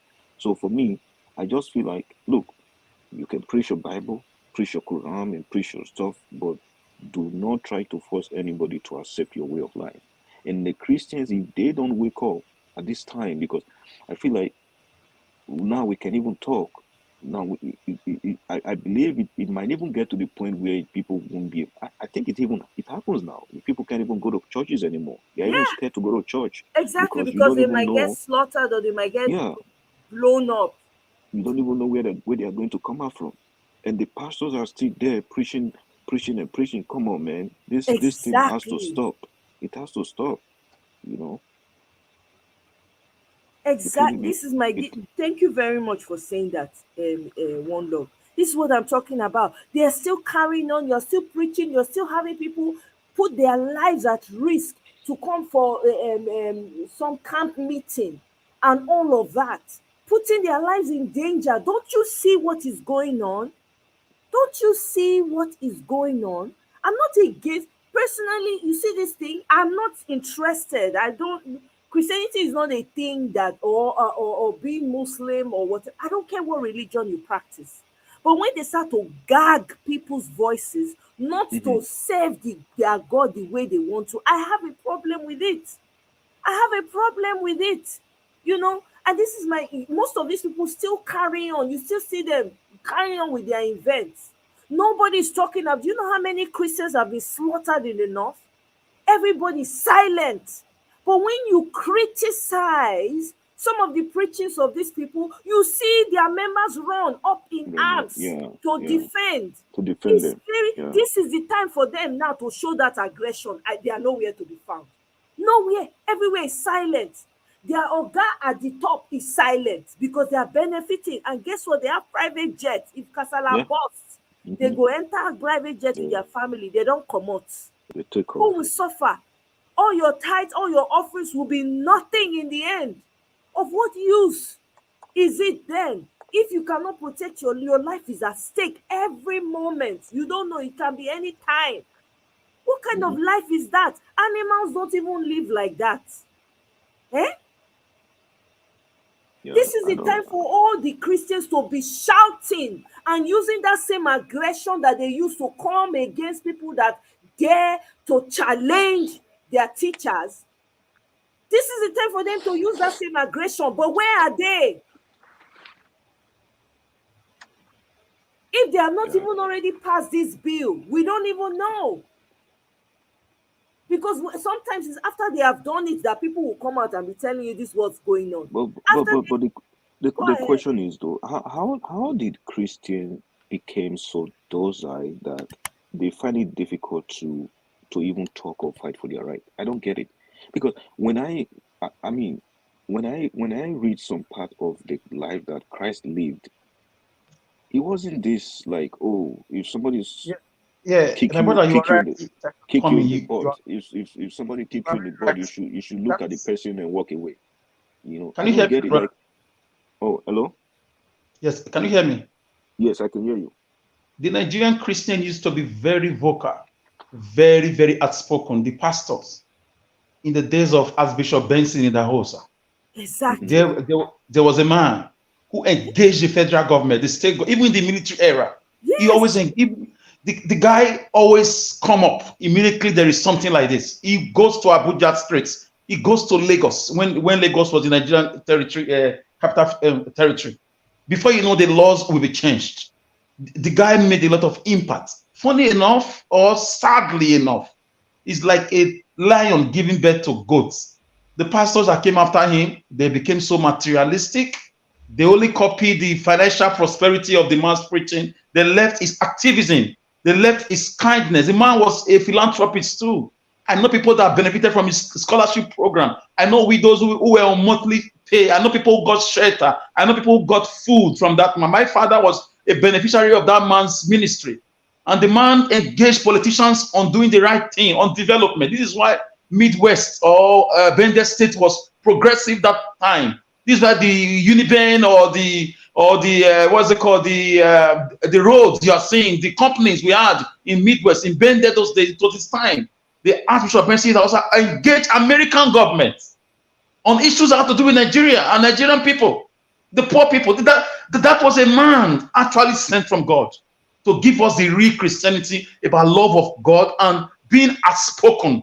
He was so bold that he even challenged witches and wizards when they were coming from the whole world to gather in Benin to hold their meeting. He said, "Not in my territory. You can do it elsewhere." He was active.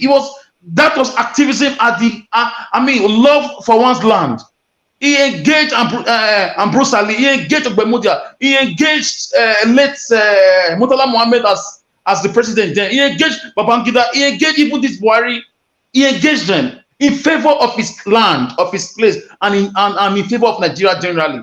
But when he died very early at 58, so it was a huge vacuum that till now people thought Oyedepo was going to fill in. He's trying his best. Adeboye, everybody's quiet. Pastor Chris came up. We all had expectations. Who is going to be the next Idahosa? When you see footballers are getting old and fading away, they will say, this is next Pele. This is the next Ronaldo. This is the next Messi. Everybody was expecting the next Idahosa. Till now, we have not gotten it, to be honest. And all these pastors, one way or the other, were connected to the late Archbishop Benson Idahosa. May God bless his soul. So Nigerian Christianity started being dormant and docile, as you said, when Idahosa died. Idahosa was one period they said Christians or crusade should not hold. I remember my dad told me that story, and I finally heard it on YouTube. Idahosa said no. He went to the Federal Capital Territory and met with the president, and Christians started holding crusades again. That is a man of God. It was because of Idahosa's engagement that they put it in the Nigerian Constitution. You must not practice witchcraft, because he engaged witches worldwide not to hold their meeting in Nigeria that period. So for me, Christianity, they now gave us after he died in 1998 up to now is if they slap you from one cheek, give you other. Idahosa said, if you slap me, I slap you back. God is not foolish. That's the Christianity we need. Martin Luther King Jr. was a reverend. He will do his activity in the morning, lead the crowd to the protest ground. In the evening, he go back to his church to preach. That is real Christianity. Desmond Tutu, Archbishop, when Nelson Mandela was in prison, he was in charge of the movement. He said, I will not rest until Mandela is out. And when Mandela came out, he went to the sidelines. So the real Christianity is the Christianity of Archbishop Benson Idahosa, the Christianity of Desmond Tutu, the Christianity of Martin Luther King Jr. fighting for your land, not of private jets or the stomach infrastructure pastoral activities. This is the real Christianity. Thank you, my brother. And those times will still come again. Yeah, thank you very much. Yeah, I think I really get what you're saying. Yeah, it's really sad. I wish we still have someone like that. We still have people like that can stand for the truth. No matter what happens, and they actually stand with the people. You would think by now these guys will be, joining us to lead protests. They'll be joining us to raise their voices so people can be heard. Because they lead huge amount of the population in Nigeria. When you look at the churches in Nigeria, the members there, are probably, I don't know, close to one quarter of the population. So I don't think there's no way they should try to relax, because whatever happens to Christianity in Nigeria is going to affect them as well. So I just wish at some point we'll be able to get someone that is going to lead this cause, because with what I'm looking at, yeah, these guys have a great agenda to make sure everybody, practice their religion and get subdued under their own rule. That's the reason why they are giving Obi a hard time. They knew Obi won the election. They knew everything was not for Tinubu, but they just want to make sure they hold on to power. That's the reason why Yakubu could wake up at 4 a.m. in the morning and announce an election when we were all sleeping. It's very sad. Thank you, my people. I really appreciate. Let's listen to this video. I didn't get a chance to watch this Aisha's video. I'm just corner. Yes. Please, before you play that video, please, let me just add it for 1 second. Please. Go ahead. Archbishop Benson Idahosa in 1993 or so, or 96, 93, he was given a private jet. I think Kenneth Copeland or so, one of the big pastors in America who had a lot of private jet, gave him one. When he was coming to Lagos with that private jet, he heard the voice, said the private jet, and give the money to the people of Liberia. Liberia was at war that period. According to him, he said, I rebuke you, voice. He said, no, you cannot rebuke me. I'm the Lord your God. He cried. Right there, that minute, he caught businessmen in Lagos, sold that private jet, and sent the money to the war zone. That is a man of God. That is a man of God. This is Christianity at its apogee, at its zenith. This is a man of God. This is what we call Christianity, hearing from God. Is it the thousands of families we're supporting? Is it the thousands or millions of people he was helping across the world? When he died, journalists from the whole world who were against him, they quickly went to check his account. Guess what? They thought he had money hidden all over the world. Everything they saw was 0,000. He had used all the money given to him before his death to help people. This is Christianity. The Hausa was never valued at home. A prophet indeed has no honor in his own house. We lost him now. Nobody speaks to politicians anymore. The Hausa will not be alive. And Boko Haram will happen. He said nothing like this. He will not be alive. He will not be alive, and we will not have security, and we will have an election where somebody will be denied like this. It will not happen. He has a way of going to Washington. He will engage them from the top down to Lagos or down to the federal capital territory of Nigerian government. So pastors nowadays, I can't judge them. Only God will judge them. That's all I can say. I'm very sad. Thank you.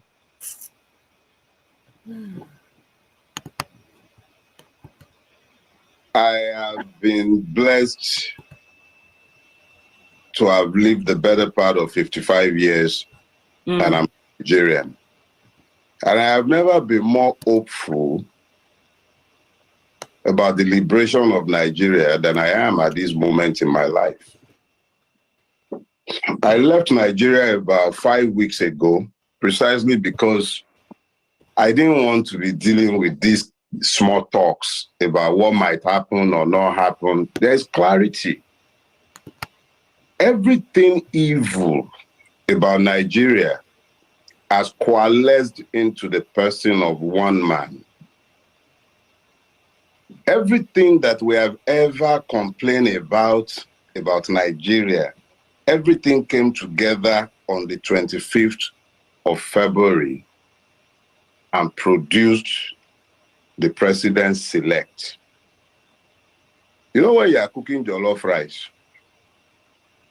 every one of his ingredients is at the base of the pot.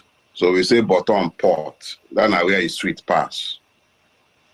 If you have ever stood for evil in Nigeria, it is embedded in the person named Tinubu. In any way, shape, or form that you have ever stood against evil in Nigeria, it is in his person. So Tinubu for me is a blessing. It clarifies the issues.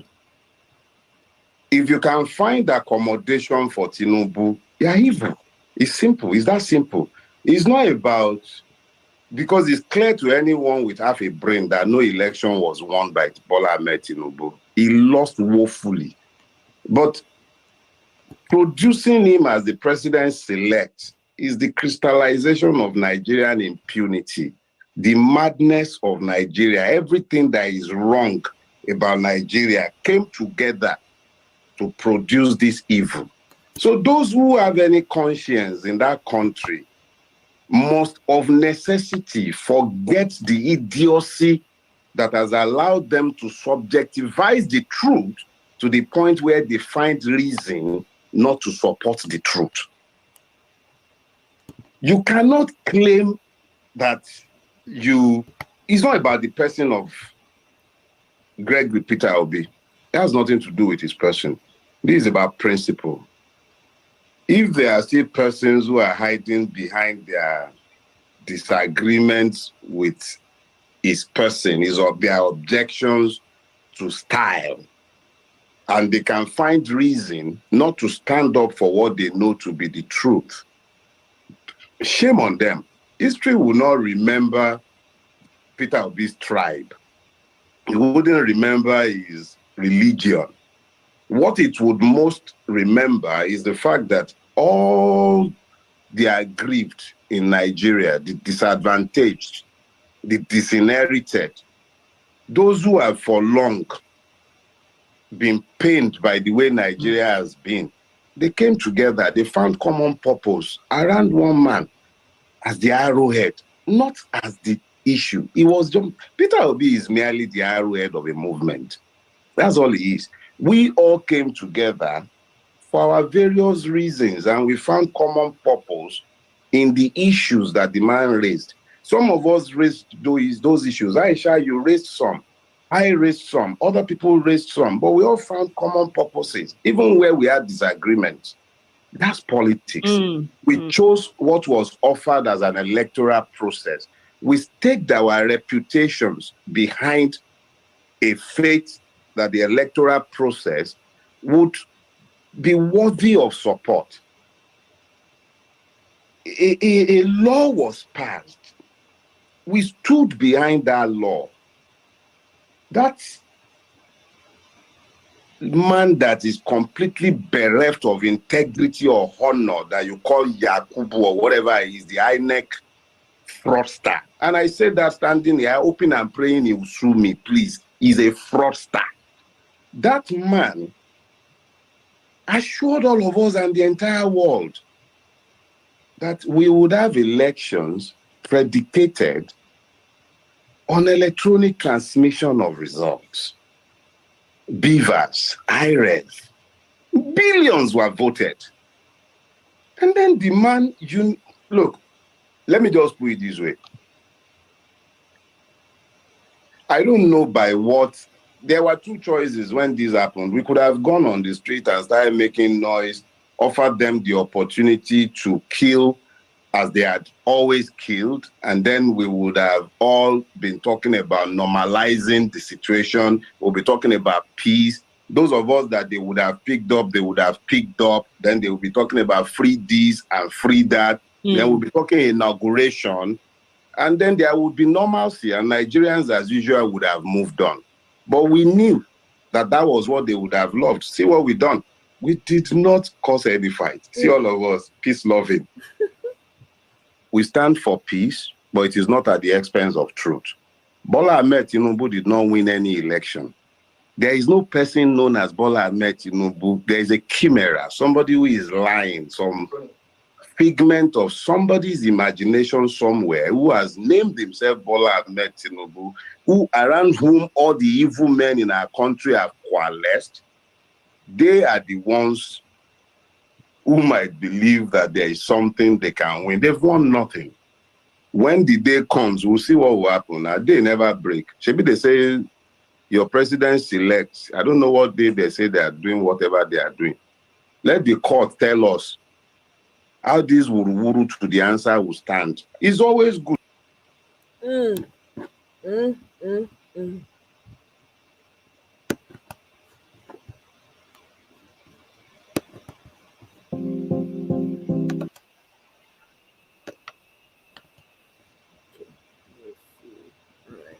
I have one more video here, and then we'll talk, and then we'll wrap this up, and we can all have the greatest rest of our morning. Let's share this.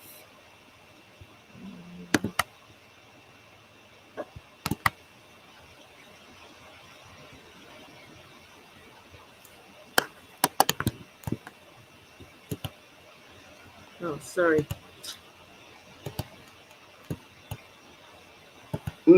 Look at it this way. When NSAS happened and they murdered all the people they murdered, and we came into the public space and spoke about how the system had massacred people, and they said we were lying. They said they were all lies. They even had people come into the public space to claim that we were lying. And then they set up the panel, and we followed them to the panel. Each and every member of the panel was nominated by the government. Each and every one of them. Nigerians like me and you, with each and every one of our many peccadillos. It included a retired DIG. A judge, a retired judge, sat at the head of that panel. I believe 2 of the members of that panel have gone on to become judges in Lagos State today. So these were average Nigerians like me and you, with all of the many peccadillos of the Nigerians. But they sat together and they came to a unanimous decision, because the evidence that were placed in the public domain and before the courts were way too weighty to be discounted. This is more or less the same situation on a bigger scale. We are back before a system that we do not necessarily trust. I am a member of Ramimba. Before we went to the tribunal, we were against the tribunal. We stood outside the tribunal carrying banner, protesting against the tribunal. And then we decided, you know what? Let's use their tribunal to unmask them in the public space. So we went before the tribunal and we brought evidence into the public space that the government would have preferred were not placed in the public space and that would never have found its way into the public space if we had abandoned that process. We were not going before the tribunal in any hope of justice, but we were determined to use the system to unrobe the Nigerian state. So we used the system. Because we went before the tribunal, we could show all the evidence we had, and the public could also see it. And at the end of the process, unanimous, not one dissenting vote, the tribunal voted that as a fact, there was a massacre. As a fact. The Lagos state government can say anything it cares to say. That's political. I don't expect Jide Sanwo-Olu to come out and say, yes, I facilitated a massacre. I don't expect the Nigerian army to say, yes, we were the murderers. But the tribunal, made up of men and women, nominated by the government, only nominated by the government, found that there was one. So I would say that the situation we are in now, why it's not exactly the same, is analogous to it. Because now, we're before a tribunal. I do not have any trust whatsoever, and I repeat myself, let me not be ambiguous. I have zero trust in the Nigerian judiciary. I believe that judiciary is essentially a brothel. It is no different from a brothel. I believe that our CJN is either completely corrupt or irredeemably incompetent. Those are my beliefs. I have said this before, over a year ago, before Peter Obi or his election came to be, before anybody would start talking about the politicization of my comments. It has nothing to do with Peter Obi's comments. If anybody has the time, let them go to my Arise interview in June last year, when he was appointed the acting CJN. I was categorical in remarking that the man is either incredibly incompetent or unbelievably corrupt. And I stated the basis of my belief.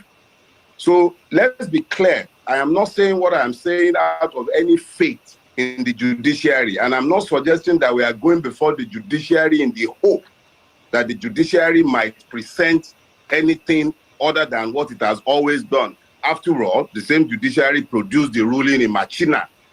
The same judiciary produced this ridiculous ruling in the case of Akpabio.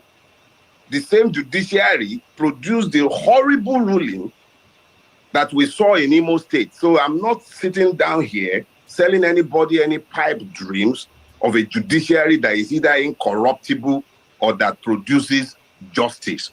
But that process serves to educate our people about what we are up against. There is a clear line that has been drawn. This is a battle between good and evil. It is a battle between whether Nigeria is going to go into the future or whether it is locked into a cycle of self-destruction. Because I cannot for the life of me understand how any country that is desirous of going into the future can be yoked to the career criminal that they have produced as president-elect against the expressed will of the people. If he had won an election, that would be different. If he had won an election, it would simply mean that that is the ugliness and beauty of democracy. We would have had to accept it. But Bola Ahmed Tinubu, whatever his true name might be, did not win any election. He is attempting to steal one. And it is the duty of everybody who has a conscience and who is truly, truly desirous of a Nigeria worthy of being bequeathed to our children. we have a duty to oppose this. Enough said. That's right. Absolutely. We have a duty. We all have a common duty to ensure that this madness stops with us. We cannot allow this again. I beg you now, my people. And to all our Christian brothers and sisters, wake up! All the GOs and the pastors, wake all the way up. How can somebody who doesn't understand your religion come and tell you what you need to be doing, or even scrap it altogether? Anyway, this is the end of the show for me. I'm just going to have your final take on this. Mr. Alex, please give me your final take. And I'll come to One Love after that, and then we'll wrap this up. Yes, thank you. Once again, thank you for the opportunity to have me on your platform. Yeah, I joined him to say there was a fraud against one kamikaze, Mr. Peter Obi, one leader that emerged out of the blues from the sufferings of the common Nigerians, from the families who lost people due to insecurity intentionally orchestrated on Nigerians by the wicked government of APC. So the fraud was obvious. It was massive. If Obi did not win an election, how did he get 38 or 37 National Assembly members and one governor? Where did the results of APC and PDP come from? If you put one and two together, you arrive at your conclusion that people were busy for 7 years, killing their citizens. Intentionally sent 6 million killers, because it was on air. They said 6 million AK-47s were on the street with the head Fulani herdsmen across the country. They were busy murdering people. No one single arrest were made. If the government was busy sponsoring terrorists against its own citizens, what makes America great is because America fights other countries and earns respect internationally. America do not fight Americans, no matter the situation. No country without their problems. Donald Trump sent Team C, a military department of American military, to rescue one citizen in Nigeria. They kidnapped Boko Haram kidnappers.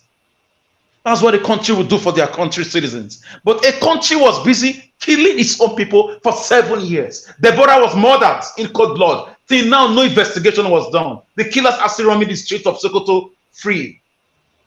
Our train, railway line was kidnapped.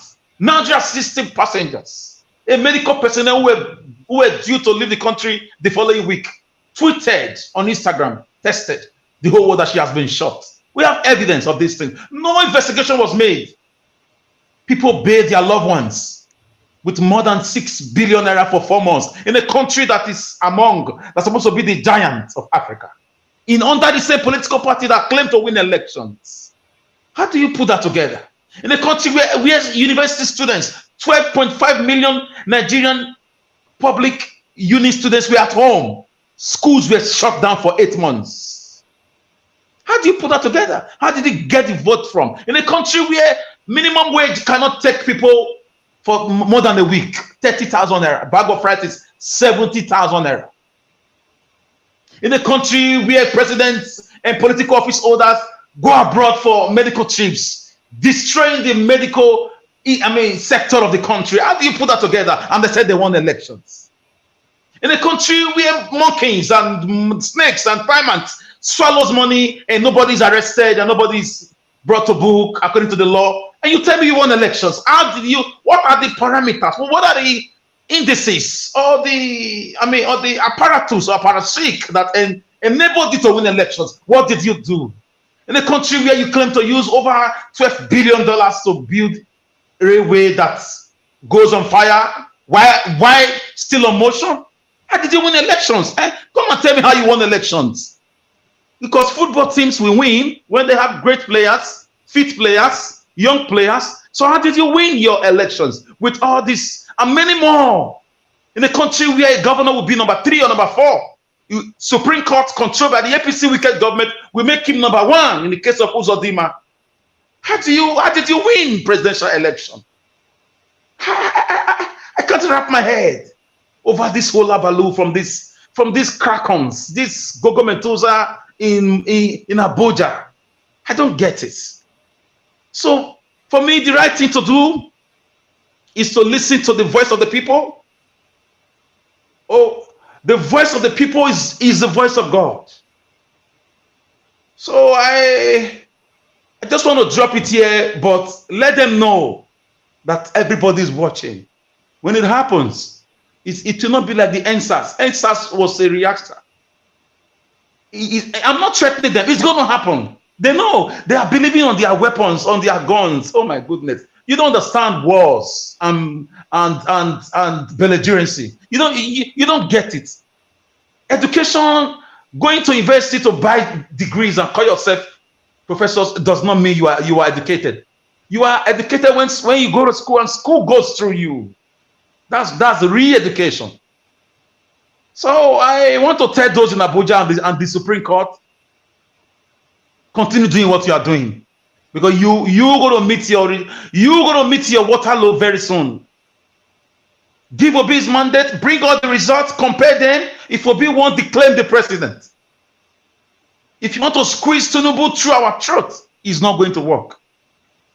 The force of arms is going to fail. It has failed many countries before. You will not be the first or last. So, Miss Amoyeskona, thank you very much for your lovely platform. And I know Nigerians are very resilient. They are very strong. They don't wake up early, but they woke up with these elections. They came out, they voted, they counted their vote, defended their vote against all odds. They won. But the votes and the election was taken from them by the powers that be. But let them know power only comes from God. And the people are the power. And they are ready to take their country back. So the tribunal, like somebody said, we can't trust them. So if they don't do it in peace, probably they will do it in pieces. Because there's no other way I can explain this. Thank you so much. Thank you. Thank you very, very much, Mr. Alex. Thank you for your awesome submissions. And thank you for stopping by my platform. I appreciate it. I had to wake up early this morning and start because of this news that came. Like, they're trying to restructure a religion that you don't have any business in. That rattled me.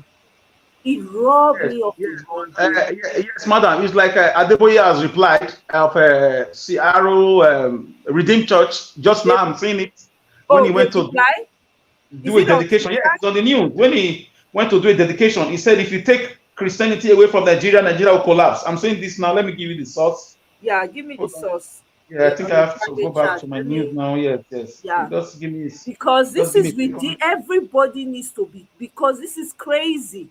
Can somebody come and restructure their own religion? Because that's who we really need restructuring for. Oh my God, I saw it just a moment ago while I was going through the news. I thought I was going to bring it to you.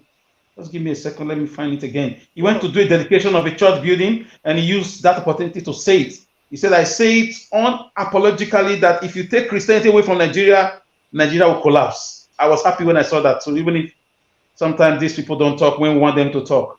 Okay. All right. Well, that's fair enough. You said it. That's okay. Since we can't find it right now, that's fine. At least I'm going to find it myself. Yes. Find it. It's there. It's on one of the breaking news. Okay. So, let me see. I don't know where I really saw it. Oh, I was surprised that he could talk also. Our Papa could talk. He said, take away Christianity from Nigeria, Nigeria will collapse. That the Christians are the salt of the earth in Nigeria and they are the light of the world in Nigeria. Those were the details. Okay. Of course, when it affects the church, they will have to talk because everybody has a source of living. So, money must balance. Check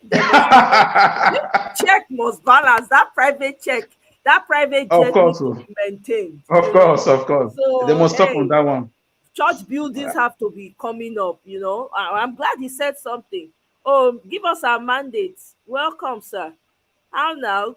My brother, happy Saturday. Oh. Can you hear us? Where you take carry this? I'm a man come here now. This man from Upper Where I did know this Amagba, say it well. Say Amagba in Benin, Amagba. Where you take? You are speaking like an American. Amagba, Amagba, Amagba. How you reach here? I came with my private jet. I came with my private jet. Everything is private jet. So I have my own in my phone. So now everybody get private jet now. Not true. That is how. Well, I mean, good morning to you, Omo. Yeah, good afternoon. I mean, we're already in the afternoon. Maybe your time. You are rounding up, and you are coming late, like me. I mean, well, so everybody don't get private jet for Nigeria, and people are suffering. God, only God, only God, only God. Omo, yeah, your governor gets private jet, right? Which governor for California here? Yeah.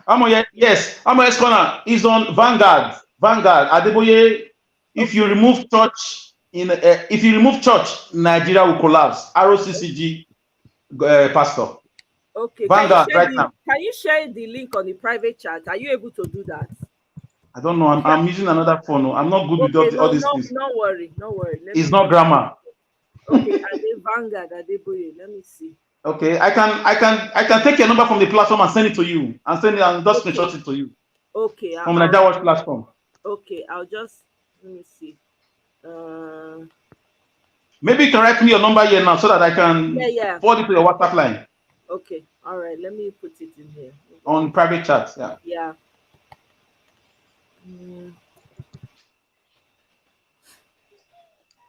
Because it's good that he has spoken, because people cannot be quiet. This is a dangerous movement. It's a dangerous thing that they're trying to do. It's not about speaking. It's not about speaking. One thing is, then how do you balance this narrative now? Considering what you said about Tinubu, that we should pray for Tinubu. How do you balance that narrative? Now people begin. I mean, it just shows how we need to stand up for the truth and do the truth at all times. Because one thing is now with this now, people now begin to read another meaning to these comments, and like I mean, it just, and that's where the place of Romans 12:1-2 comes in, renewing our mind. Nigeria, well, I mean, like I said, if this year does not change anything in Nigeria, then we are not a people. This year, 2023, must change something in Nigeria. It's not changing everybody. I mean, there was one tweet I just read this morning when I came on. This fake Yoruba guy. If you see the venom he was spitting, that if Agbado is not sworn in, this chaos. Let me pull it up again. These people, there'll be people whose minds refuse to be renewed. Well, we don't care about people like that. Let them do whatever they want to do. I mean, how many Nigerians are also standing and saying that if Peter Obi does not become president, so let the country go, everybody divide and go your way. If that's what he wants to become, I mean, but if things does not work this year, then I really don't know what we should be as people, because this year should move things around. Well, I mean, okay, I think to what Alex was saying, I don't know if you got the link already. I put the link in the private chat, so if you want to share it, using the private chat. So, but I mean, we can only just keep coming here, letting our voice. But thank you so much for all that you do.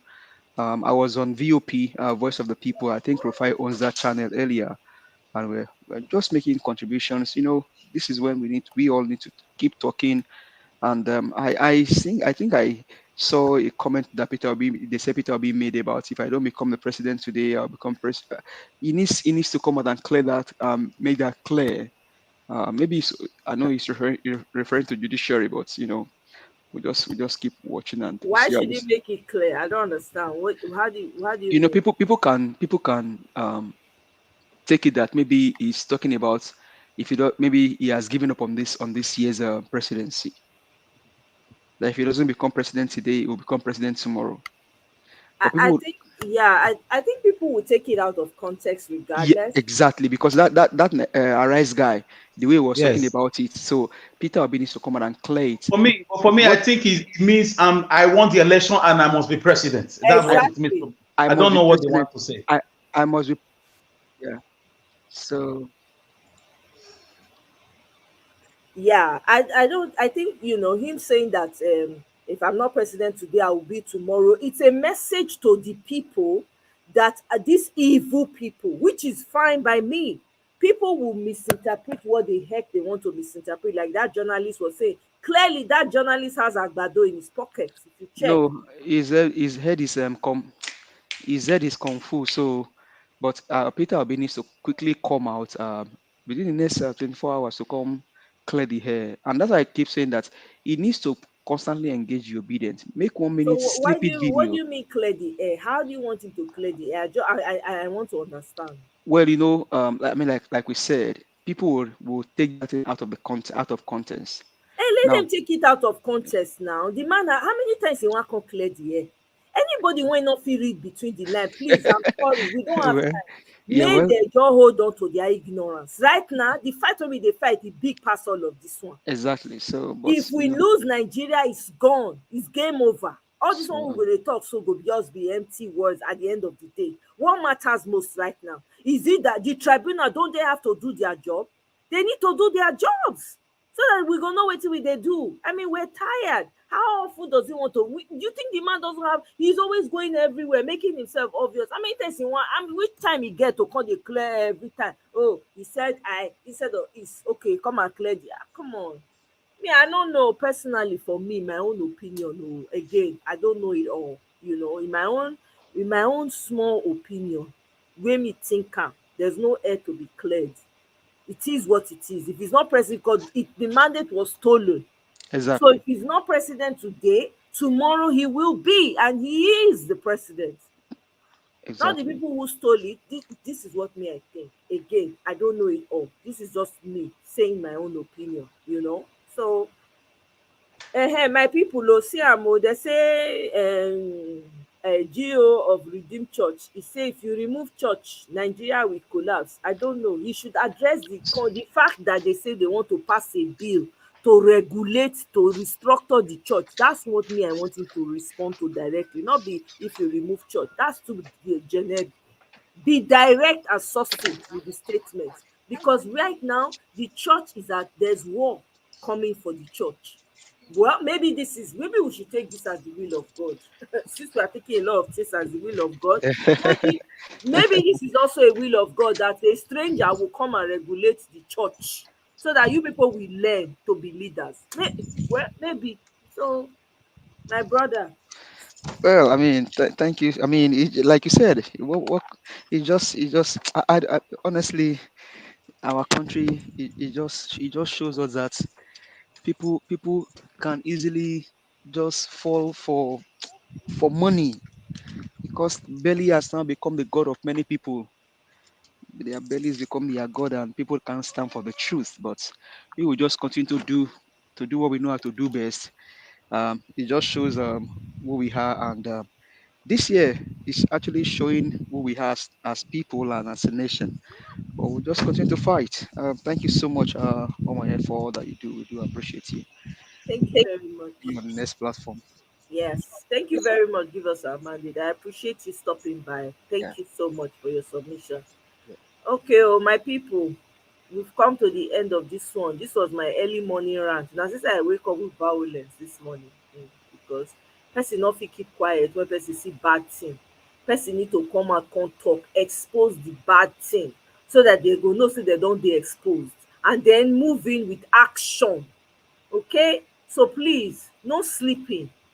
We've slept enough. All the people that don't sleep all these years, which benefit has it brought to you? Look at the country, state of the nation is in crisis. So enough is enough. Okay, let's get our country back. Abeg una.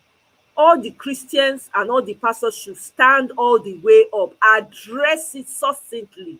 They say they want to pass a bill to regulate your church. Perhaps it is the will of God for you people. Since you people don't want to hear word, maybe it is the will of God. Because you people don't know how to lead. This is the time for you to put your words behind your action, right? Your action behind your words right now. All that aggression and that touch not my anointed and do my prophet no harm needs to come into, it needs to be spoken now. This is where we need the aggression. Okay? So my people, thank you very much. Oh, I don't know when I go soon again, sha, but you know go too take. Have a wonderful Saturday. Lily, thank you very much. Oh, thank you. I appreciate. Kene, thank you very much. Everyone that joined in, that was able to join in this element. I know I threw a lot of people off because I came in early. Eh? I'm thinking make them even regulate fake church and the rich. I know, right? Kene, your head dey there. You know what? You actually make sense. So make dem regulate the fake church, right? So that the real one will get chance take grow. That time you go know the real one, because when fire dey, the real one will come. Maybe, see, when I say maybe it's the will of God, like they always say it, maybe it's the will of God for the Muslims to come and regulate the church. Hi! My goodness, is this not embarrassing? No be shame come be this one now. All the helicopter and private jet pastors, what do you have to say about this? A Muslim, an outsider, is coming to regulate your religion. Kai! Tato, my darling, yeah, I'm sorry. I came in early because there was a matter that was pressing on my mind. I had to come and pour it out here. Yeah, this evening, I don't know yet. Depends on how the events of the day go, and what the news holds. Then maybe, but we'll see. We'll play it by ear. Tato, I hope you have a wonderful Saturday. Abio, Kene, thank you very much. I appreciate everyone that was able to join. Thank you so much. My comment section, my commenters, everyone. Mr. Alex, give us our mandate. One love. I appreciate you guys. I'll see you guys on my next one. Thank you. Bye.